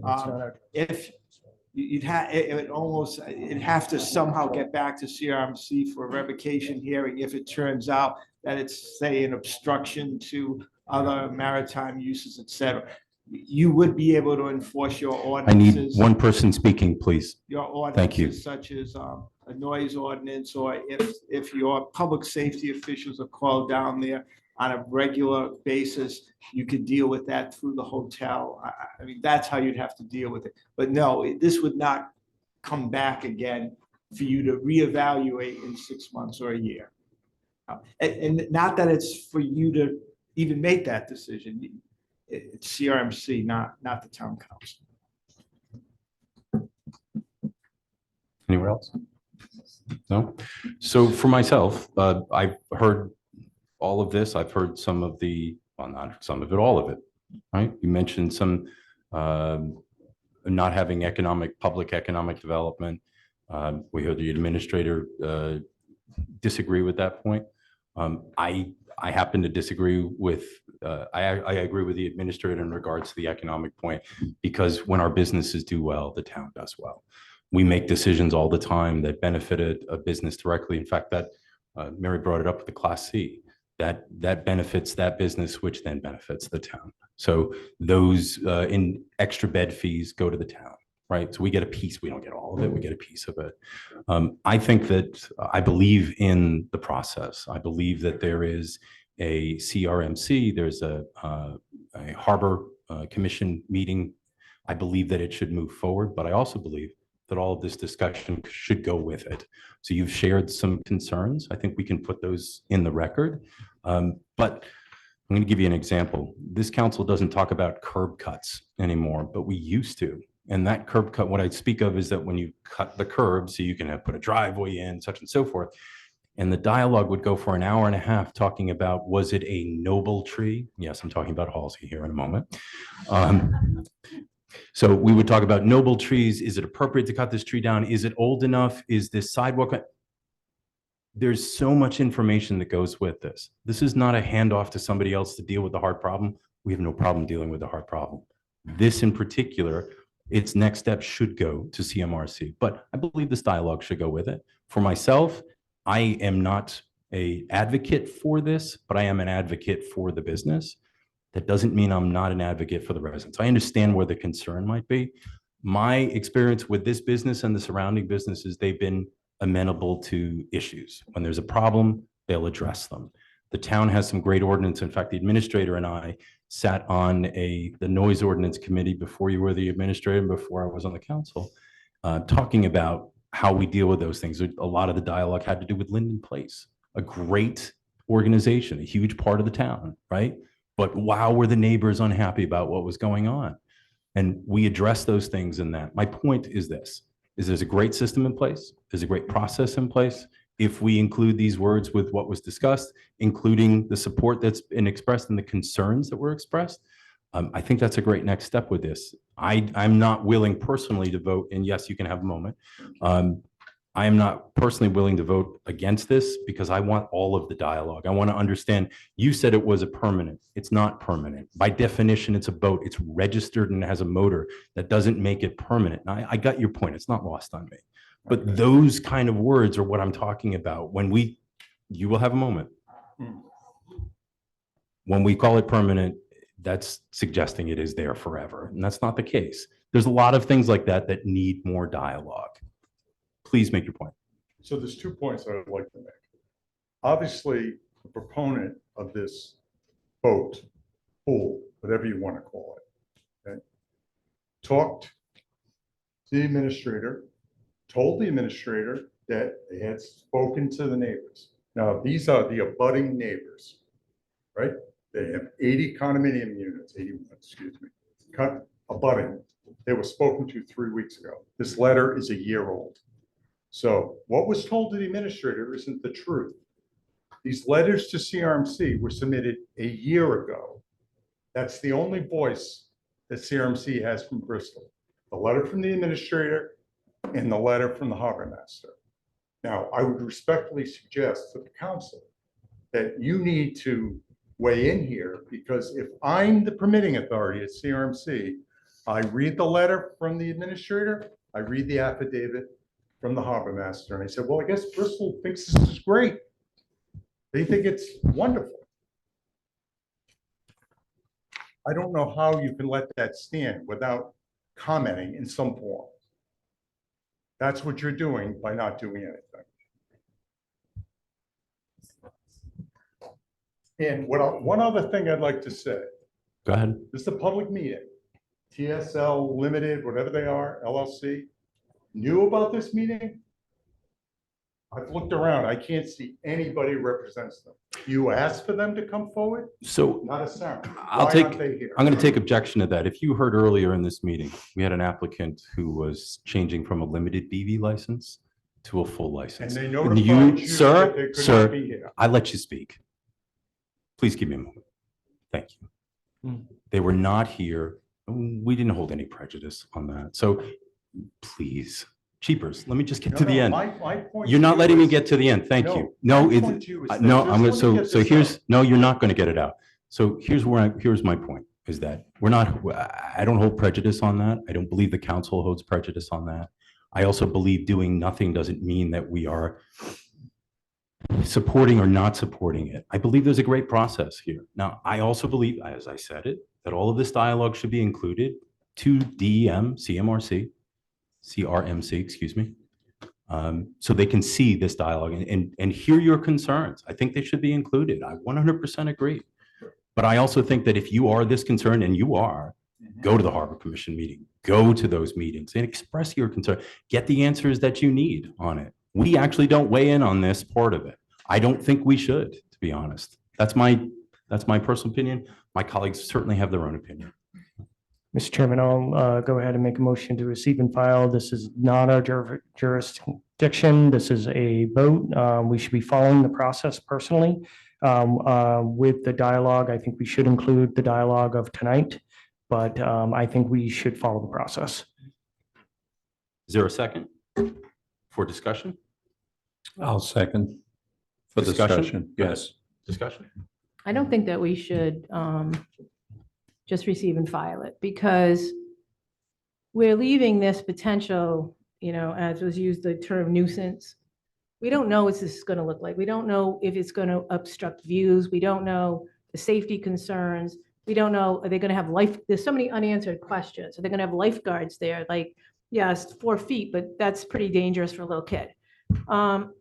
And we, if you're around downtown late at night, as I have been for a very long time, it is, I don't hang out there. I'm just in my house, just so people know. Too late, Mary. Too late. You can hear all kinds of crazy stuff that goes on. I do think that we're leaving a big decision like this up to another agency that, without us weighing in, like I think is a good point that was raised. The administrator and the harbor master have said, "Oh, this is a great idea." I'm not in agreement with that. It's a great idea. I don't know the rest of my colleagues. I think that there's a lot of unanswered questions, and it needs to be slowed down at the very least, and more questions need to be answered. I mean, I have no idea. I mean, I don't think any of us really were that familiar with this until it came before us. Right now, the pictures that they submitted as, evidence or whatever, I can barely figure out what they are. It would be easier to see them on a screen or something like that. And, what is it actually going to look like? Where do you go see one of these things somewhere else? Why do we want to introduce this? And then once we open that floodgate, now we have other people saying, hey, that's a great idea. I want to put a boat out here. I want to put that pool over there, and we can continue to do it. I'm very, very concerned about that.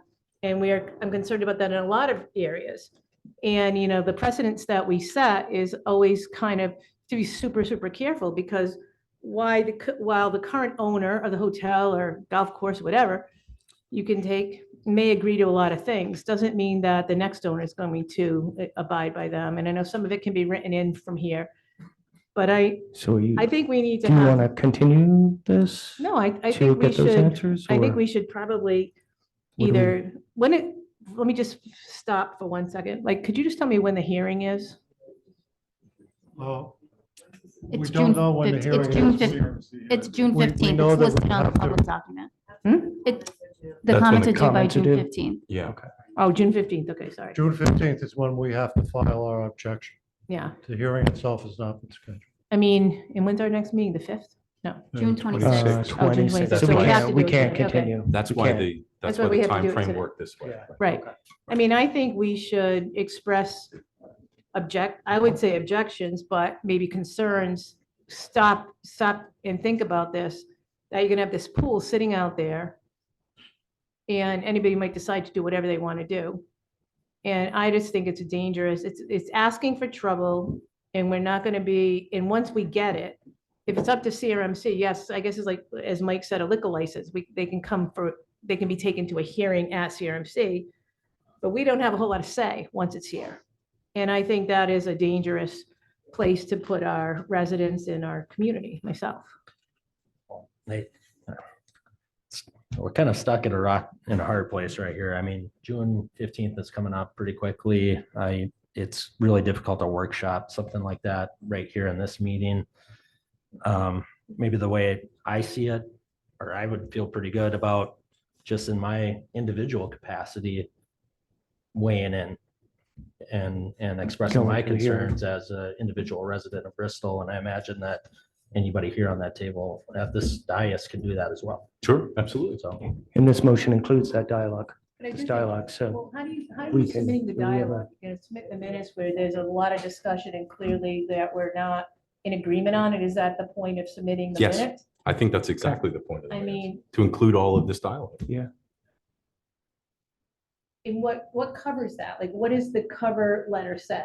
Like, you know, our town council has not taken a stand on this, but there's been a great deal of discussion and concern expressed. Like, I don't understand, like, we just gonna send a bunch of minutes? Like, I don't our understand. minutes won't even be approved by then. So that's the other problem, is our minutes won't even be approved by that meeting. So Well, Mr. Chairman? that's why it would almost have to be a letter that expressed the concerns that we would, you know, have sent to them by the 15th, in my opinion. Aaron brings up a good point in regards to, you probably heard us at the beginning of the meetings that we approved the minutes from last meeting at the next meeting. So this comes up in other contexts. Thanks, Mike. And the way to handle it is you would state that these are draft minutes. Okay. Okay, well, that's covered. Mr. Administrator? My suggestion would be ask for a CRMC to continue the application and ask the Bristol Harbor Inn to come in and give you a presentation, and then you'll have a little bit more information to make a decision. And I think that's good. And again, I have to reiterate, the information that was in this letter was the information that was, did I verify everyone who was spoken to? No, I didn't, but this is the information I have. But I think the best thing would be is to ask Bristol Harbor Inn to come in, give you a presentation, and we can ask CRMC for a continuation. I don't think that's unusual for them. That's, sounds reasonable. Is that something that they normally do? If we were to ask? It sounds They reasonable. have done that in the past. The harbor master, have they done that before? Could you give the harbor master to the podium, please? Thank you, gentlemen. If we contact CRMC, the clerk or the town administrator, and ask them for more time, we've done this before for docks and stuff around town that was concerned with CRMC permitting. Because you want to get, and we always said we need to get the opinion of the harbor commission, the harbor master, get this up to you so you guys can weigh in on it. And generally, they're for doing that. We did it 3 months ago. We asked for more time to get more information, to understand it, get opinions from the harbor commission. So it's quite possible they'll do it. You just have to ask. It seems like a reasonable ask. I think so. And that gives us more information and more time. Tim, you have a motion on the floor and it's seconded by Tony. Do you want to amend that? Are you amenable I'm to fine with amending. my amending it motion so we continue it to the next meeting? Yep. Ask, and then in that motion also include that we request from CRMC a continuance on it, and it includes the Thames Street Landing. Do I have that correct? To be that- present. That they give us a presentation, and we can also share exactly what we said we would say from this evening's conversation, so they can address, or at least attempt to address those concerns. Yeah. Does that sound reasonable? If I Sounds may, reasonable. to add to that, I think it would be critical in the clerk's cover letter when you ask for the continuance, that you also put in there, you want the opportunity to hear from your harbor commission which you can't do Thank you, Mike. before June 15th. It's a great point. Great. So moved. Is there a To amend second? that motion. Second. Discussion. What is the the contingency plan if CRMC says no? Would we have like a special meeting to talk about this? I mean, we would have to know by the 15th, whenever their meeting is going to be, we'd have to know by the 15th if we need to submit something. And if they say, no, we're not going to continue it, then what happens? So the hearing hasn't been scheduled yet. The actual hearing on this matter has not been scheduled at CRMC. That June 15th deadline is the deadline for input. So your input is basically going to be hold off on your hearing until we have the ability to hear from the applicant, the Harbor Commission, et cetera. And what do you think the chances are that they're going to say yes? I don't know. I can't tell you that they will or will not. Anyone who reads the newspaper knows the CRMC does not act quickly. But I can't guarantee you that they'll say, oh, we're going to schedule the hearing for June 16th. I don't think that'll happen, but I can't guarantee that. So Mike, my question would be then, should we be asking them to extend the deadline for the public comment period so that we have some additional time to get that feedback in? Okay. So that's would be part of the motion? Actually, that's up to Tim. Tim, you okay with that? So I'm absolutely fine with that. Reseconded by Tony? Yes. Okay. Any other discussion? Hearing none, all in favor? Aye. Aye. Any opposed? I'm opposed because I'm just worried about that. It just takes a life of its own and we end up having no say. So that's my concern. Thank you to all of you. Thank you. Thank you.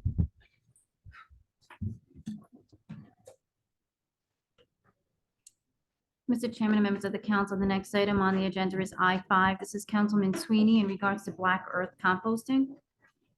Thank you, Mr. Chairman and colleagues. I wanted to invite Black Earth to our meeting, Rosie Walburton, Municipal Manager, to discuss the potential of composting as a cost-saving, environmentally friendly solution.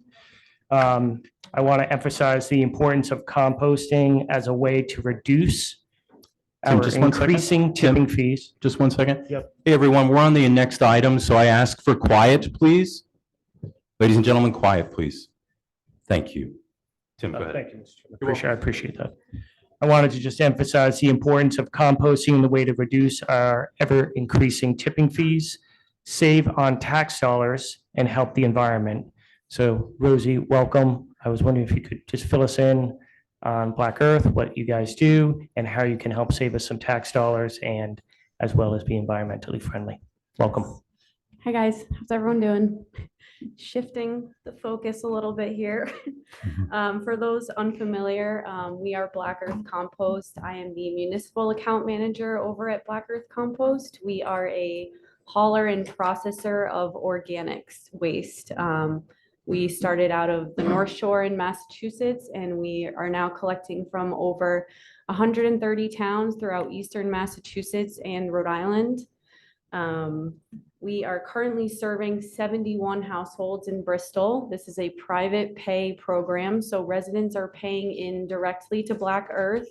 We handle the customer service, the bin deliveries, any type of billing discrepancies, things like that. I guess to back up our mission, currently Rhode Island has one landfill in Johnston. This has been cited to close. I've seen dates from 2034 all the way up to 2043.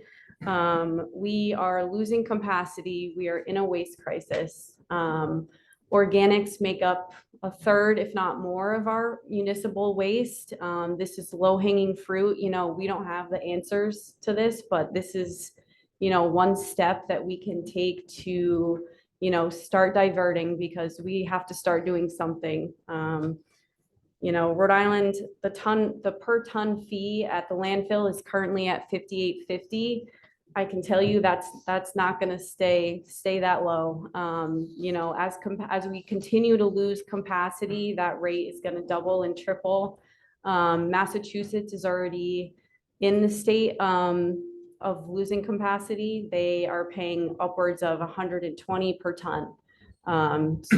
So you know, we're right behind that. So the goal here is to implement or grow, I guess, the current curbside program in Bristol. So residents would buy into the program, we would do the hauling and processing of the organic waste. Residents would have a 4-gallon bin or a 13-gallon bin that they would place on the curb. Just as they do with their recycling and trash. This would be no different than, what they're already doing, picked up weekly.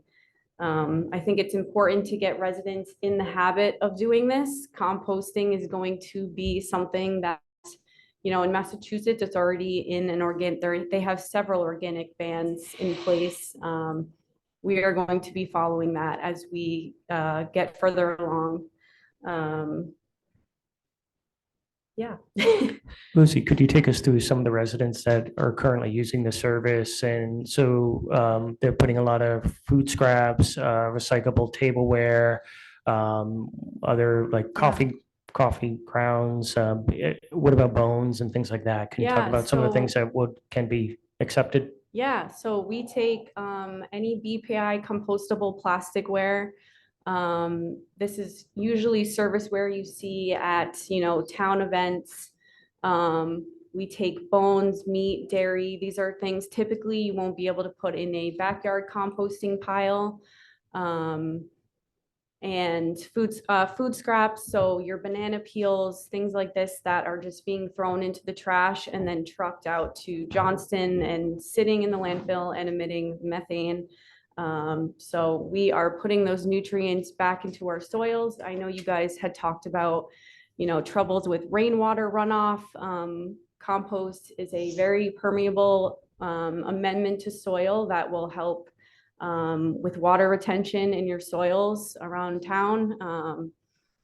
It's just another way to kind of, divert that waste and use it and create that full circle economy that we're trying to create here. And so what type of programs do you offer with municipalities in regards to if my colleagues were amenable, maybe at the next budget, with the administrator and the DPW director to talk about maybe subsidizing maybe a bin or a number of bins, that sort of thing. What are other towns doing? Yeah. So towns can participate at all different levels. We have towns that fully subsidize the program. And then we have towns that simply promote us as another hauler on their website and just promote us as a way to divert trash. Other towns, subsidize the cost of the bins and the liners. That way you can kind of promote the program and maybe try to get more residents on board. I think it's important to know our programs are density driven. So the more people that buy into the program, we're able to pass down cost savings to those residents as our routes are more efficient. So as the town gains more density, that price will drop 20% each time we hit those thresholds in the town of Bristol. So unlike trash and recycling, our costs will decrease as we get more people buying into the program. And that turns into some real money. And I think you've put a spreadsheet together, right? As far as. Yeah, you I could can, just- I can send that to everyone, but I know Bristol spent probably right around the $400,000 mark in tipping fees at Johnston. Even diverting maybe 15 to 20% of that, you could see upwards of $25,000 in savings. That's just in tipping fees. I know you guys do all your own hauling and have your own truck fleets, so there could be some savings around that piece as well. It looks like 15% or 20%. So 15% would be 1,305 residents. And then if Yep. we went up to 20%, 1,740 residents. So not a ton of residents to be saving some serious dollars. Yeah. Yeah. Absolutely. Great. Anyway, Mr. Chairman, I just wanted to. Please. Before I make a motion. Well, thanks for being here today. You mentioned that some other Rhode Island municipalities were participating in this program. Are you starting to see them get to that, get to a space where they're almost achieving some cost savings, or? I would say more in Massachusetts, we're seeing that. there's a lot more funding and resources available in Massachusetts. Rhode Island, we don't have as much funding, but we are seeing towns put bins at their transfer stations. Little Compton, South Kingstown just put bins at their transfer station. We have curbside programs in most Rhode Island towns right now. So. Do you think you'll ever be able to get it to a space where instead of just saying, hey, we're going to do this on the basis of the municipalities, instead you might do it regionally where you say, you know what, we're going to lump together Bristol, Warren, and Barrington. They're only separated by man-made boundaries. We can look at that as a dense area and kind of think about that as one potential area. I mean, it seems like we could really, if we pulled together our talents and everything like that amongst the municipalities, we could probably realize some economies of scale that will allow us to more easily get these in the hands of people at a lower price, which is going to increase participation and everything like that. Yeah. So I appreciate you bringing this to us. I am a composter, but I'm not a very good one anymore. I have the barrel in the back, but I got to tell you, when winter time comes around and you're doing the backyard composting, it gets harder and harder to do it.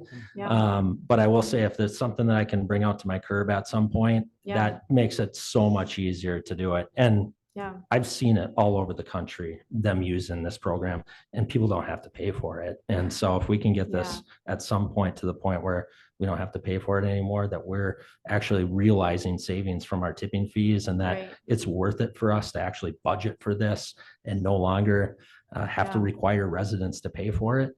That's going to be a good space that we get into if we can ever get there. Yeah, eventually it should just be a part of our trash and recycling program. So that's the goal. Thank you. Actually, I know she mentioned Little Compton. I can attest to that. Yeah. Yes, we actually doing a pilot program there. We've trained it out for 6 months, although I'm sure it's going to go longer than that. I've been examining the numbers, and at this point in time, it's a little difficult to say how much of a difference it has made. But we compiling the numbers to see if it's worth it, and how much it is worth it. Anything else on the council?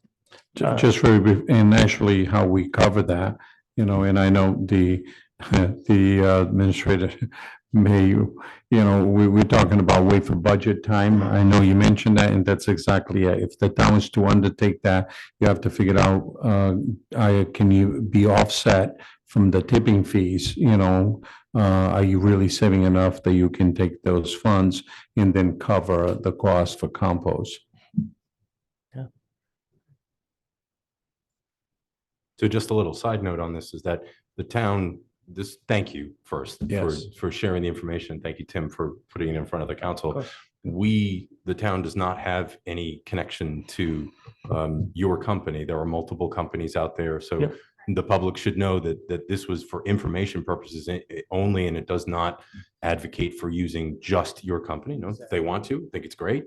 But for the town to take next steps, we would have to do an RFQ, RFP, find out, I'll use you, right? Are you the best service in the area? Do you offer the best and competitive prices? Is there someone that is more competitive? I don't know, but that doesn't take away from you being here this evening to share this information with the council and the public. So thank you.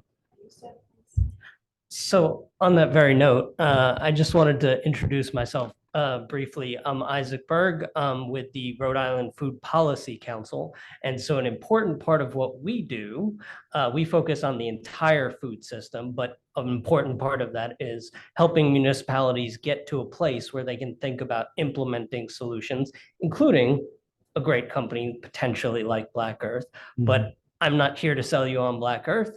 I'm here to tell you that composting is really important, and everything she's telling you about what's going to happen to those tipping fees, you're already going over your caps at the landfill. Those caps are just coming down every year. And so your fees are only going to go up and up and up. And so it's time to start taking some of that action. And we are here, we are a resource at the Food Policy Council to help you think through what all of those options are. So I'll just leave it at that. If you've lived in Bristol a long time, we'll all remember a metal, right? And you'd go in your backyard, you drop it in, Yeah. and it was a way to feed the Disappeared. raccoons, right? The raccoons would open it up, yeah. So, and then the garbage, not the trash man, the garbage man would come and pick it up and. That's right. Yeah. Yeah, yeah. See how things just come back around again? It's Full wild. circle. It's like bell bottoms, isn't it? It's Well, just- it's wild. I just can't help to pick up on that a little bit because we're one step further was that actually we had Mr. Marshall, I still remember him, who used to raise pigs at the dump. We used to call the dump, which now is a transfer station. And let me tell you, they were very healthy pigs. And because my parents and my uncles, they would purchase 2 every October. And let me tell you, we had a little pig roast. It's the circle of life, isn't it, Tony? It's the circle of life. Keep going around Tim. and around. I want to thank Rosie and Isaac and Lindsey Green. I appreciate you guys coming out tonight and giving us this information. Mr. Chairman and colleagues, I'd like to just make a motion to refer this informational about Black Earth to the town administrator and the DPW to consider allocating funds to subsidizing either the bin or the monthly fees in the 25-26 budget. And I just want to let the residents know that with partnering with, if we decide to partner with Black Earth, this would add no extra tasks to DPW. So it's a win-win for here. So that's my motion. Is there a Mr. Chairman. second? I'll second. Discussion? Hearing none, all in favor? Aye. Any opposed? Thank you. Thank you.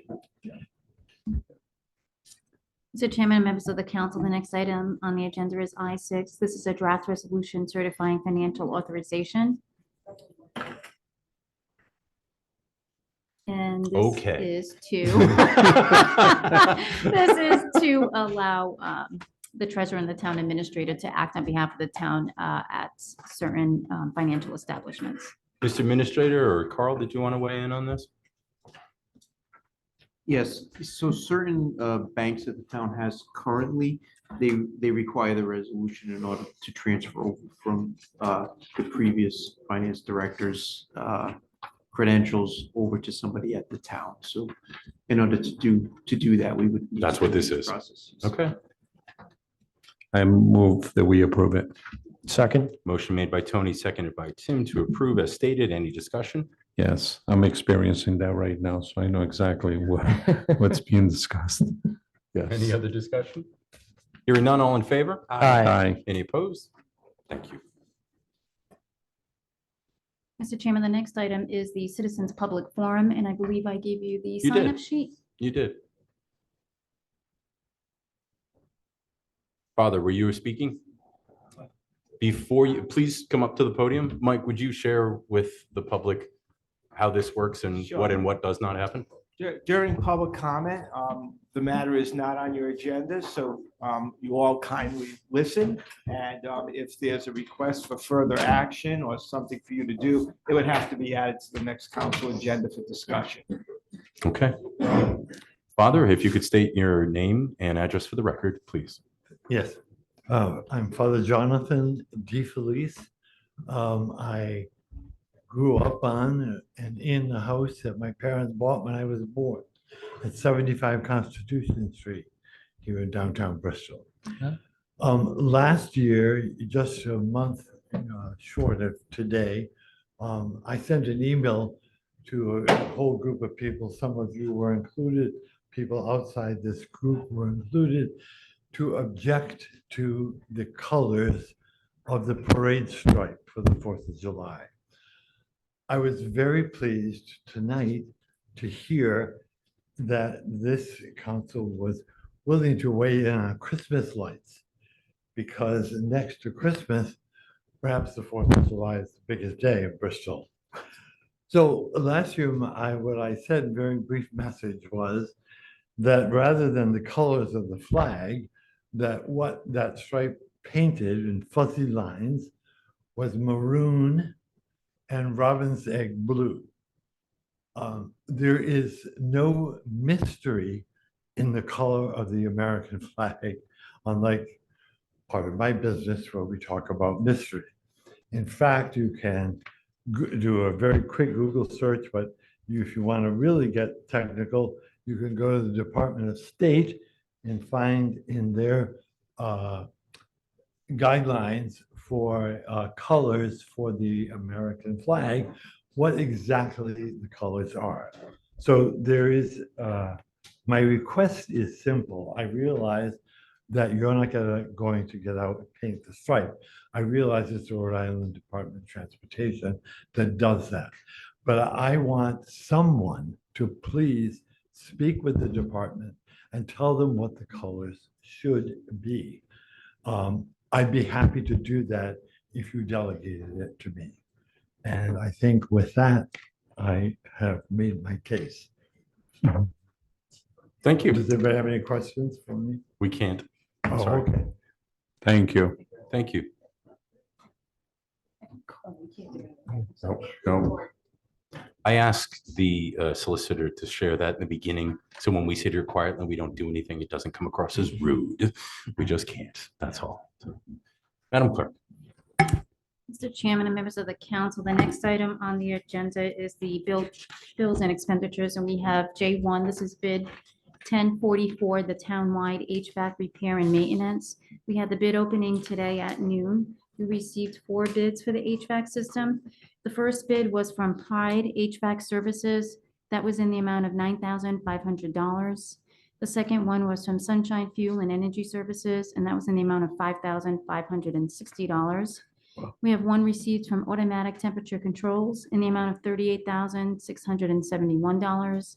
And the other one from Ardent Engineering in the amount of $31,564. Is it me or? Okay. No, your eyes are not playing tricks. Huge differences. I had the same look on my face when I opened the bid. Okay. All right. I make a motion that we refer these to the town administrator to act in the best interest of the town. Second. Motion made by Tony, seconded by Tim, as stated. Any discussion? Hearing none, all in favor? Aye. Any opposed? Thank you. The next item on the agenda is J2, and this is for the bid 1045, the replacement of the garage doors at the Bristol Department of Public Works. Bid opening was again today at noon. We received 2 bids. The first bid was from Collin Construction Company with the base amount of $94,291. And the second one was from Mount Hope Garage Door Company, and that was with the base amount of $70,515. Motion to refer to the town administrator to act in the best interest of the town. Second. Motion made by Tony, seconded by Tim to refer. Discussion, Mr. Administrator? Just to remind the council, these are for insulated doors that were grant funded. It was efficiency grant, so they'll be insulated. Right now, the doors are not insulated. Again, I look at these Very good. numbers and a massive difference in the, so. All right, any other discussion? Hearing none, all in favor? Aye. Any opposed? Thank you. The next item on the agenda is I3. This is bid 1046. This is the school bus transportation services. We had the bid opening today at noon. We received 1 bid.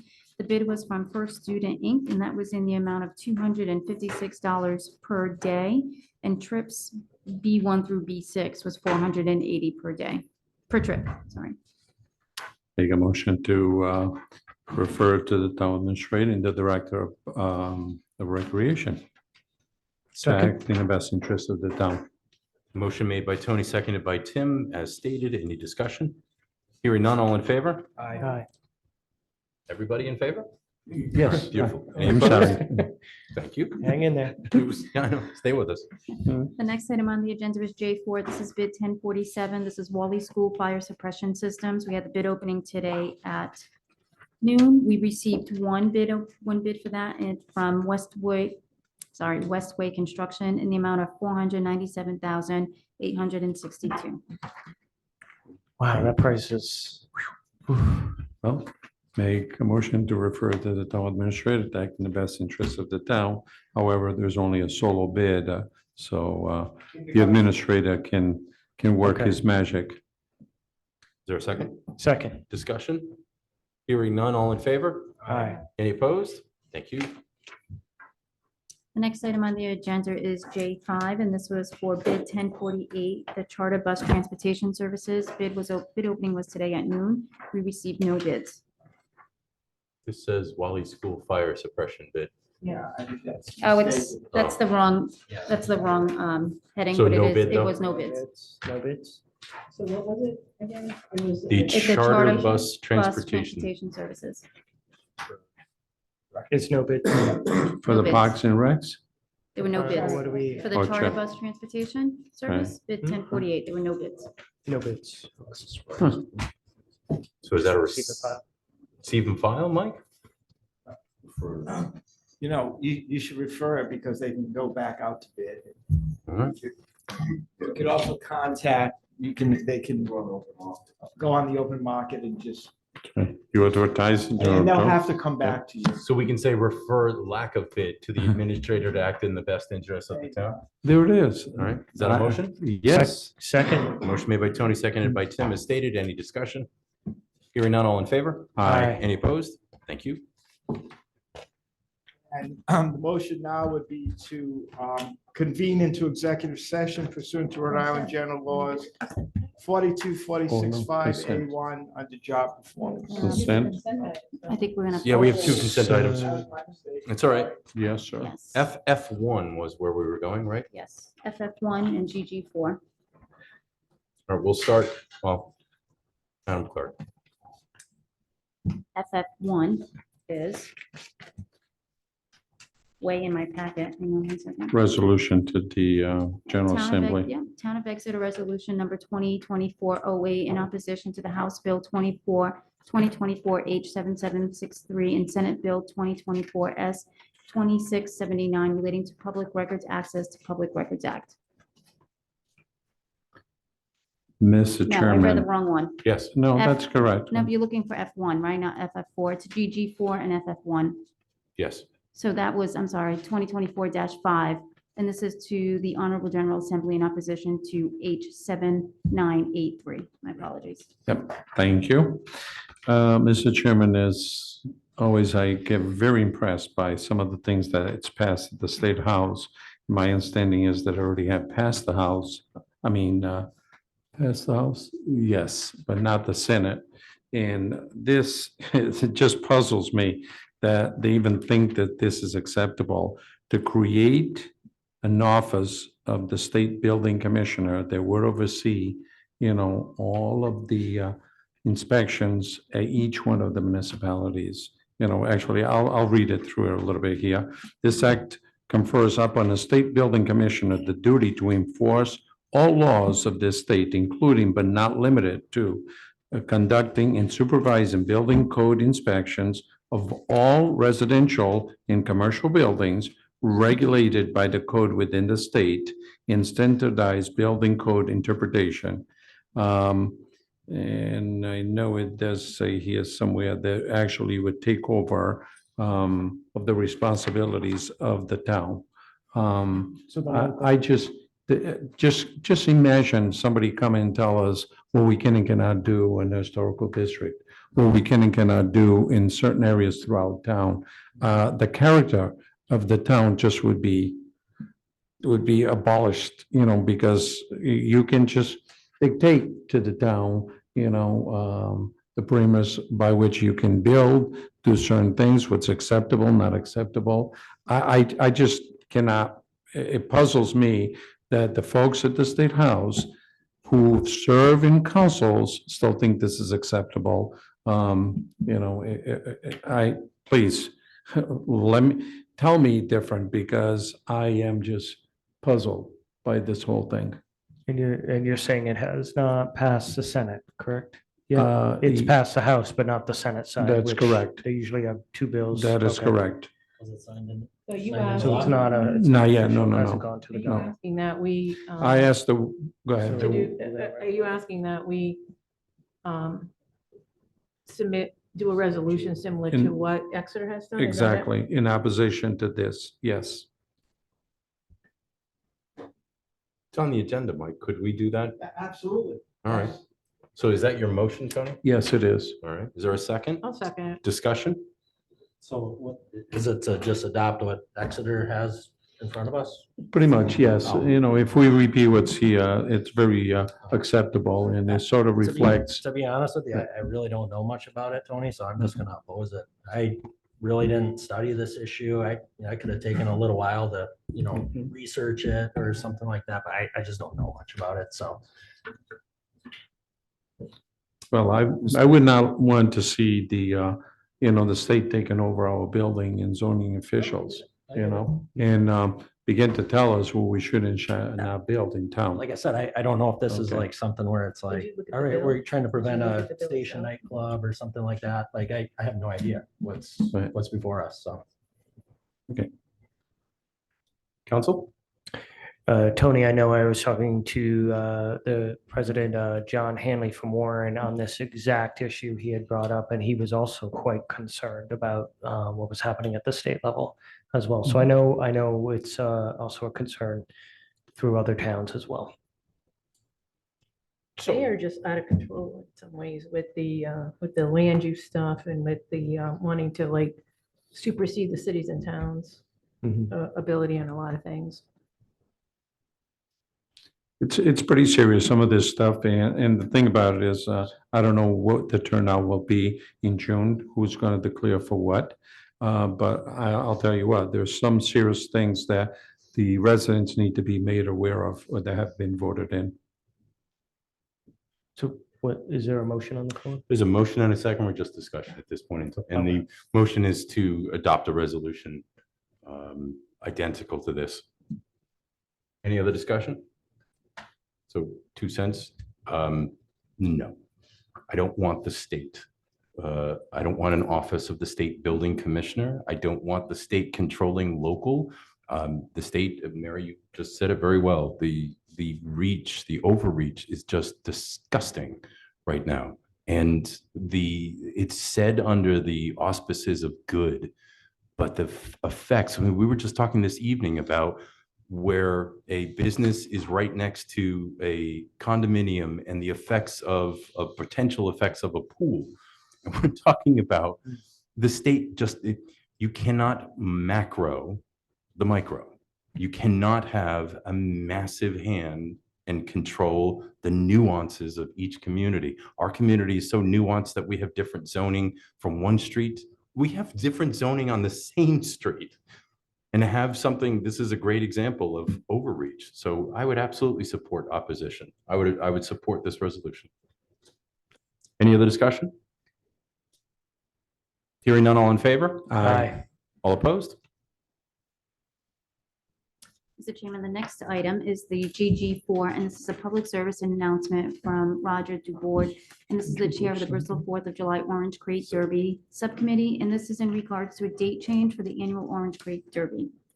So actually the clerk and Roger reached out because the Orange Crate Derby Subcommittee, Bristol 4th of July Committee scheduled for the Orange Crate Derby event for June 2nd with a June 16th rain date. We were later advised that this date conflicted with the St. Elizabeth Church Feast. We were not previously aware of the conflict. We now want to have the Orange Crate Derby on June 16th with a rain date to be determined. So June 16th is what the new date is. And it was important enough because if you've ever been to it, it is a crazy affair and nobody wants to miss it. Especially if you got kids that created a derby, or maybe their parents that did it. I don't know. I'm not saying anything, but you want to show up. So that'll be, it was going to be for the 2nd. It is now going to be on the 16th. Did I catch that?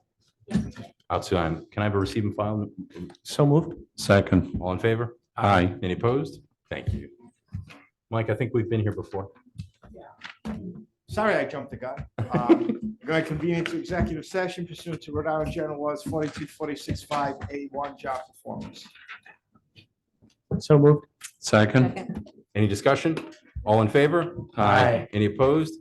If you're watching from home, we are going into executive session. We'll be stopping the video and we'll come out at the end of executive session to vote to finish the meeting. Good night, everyone.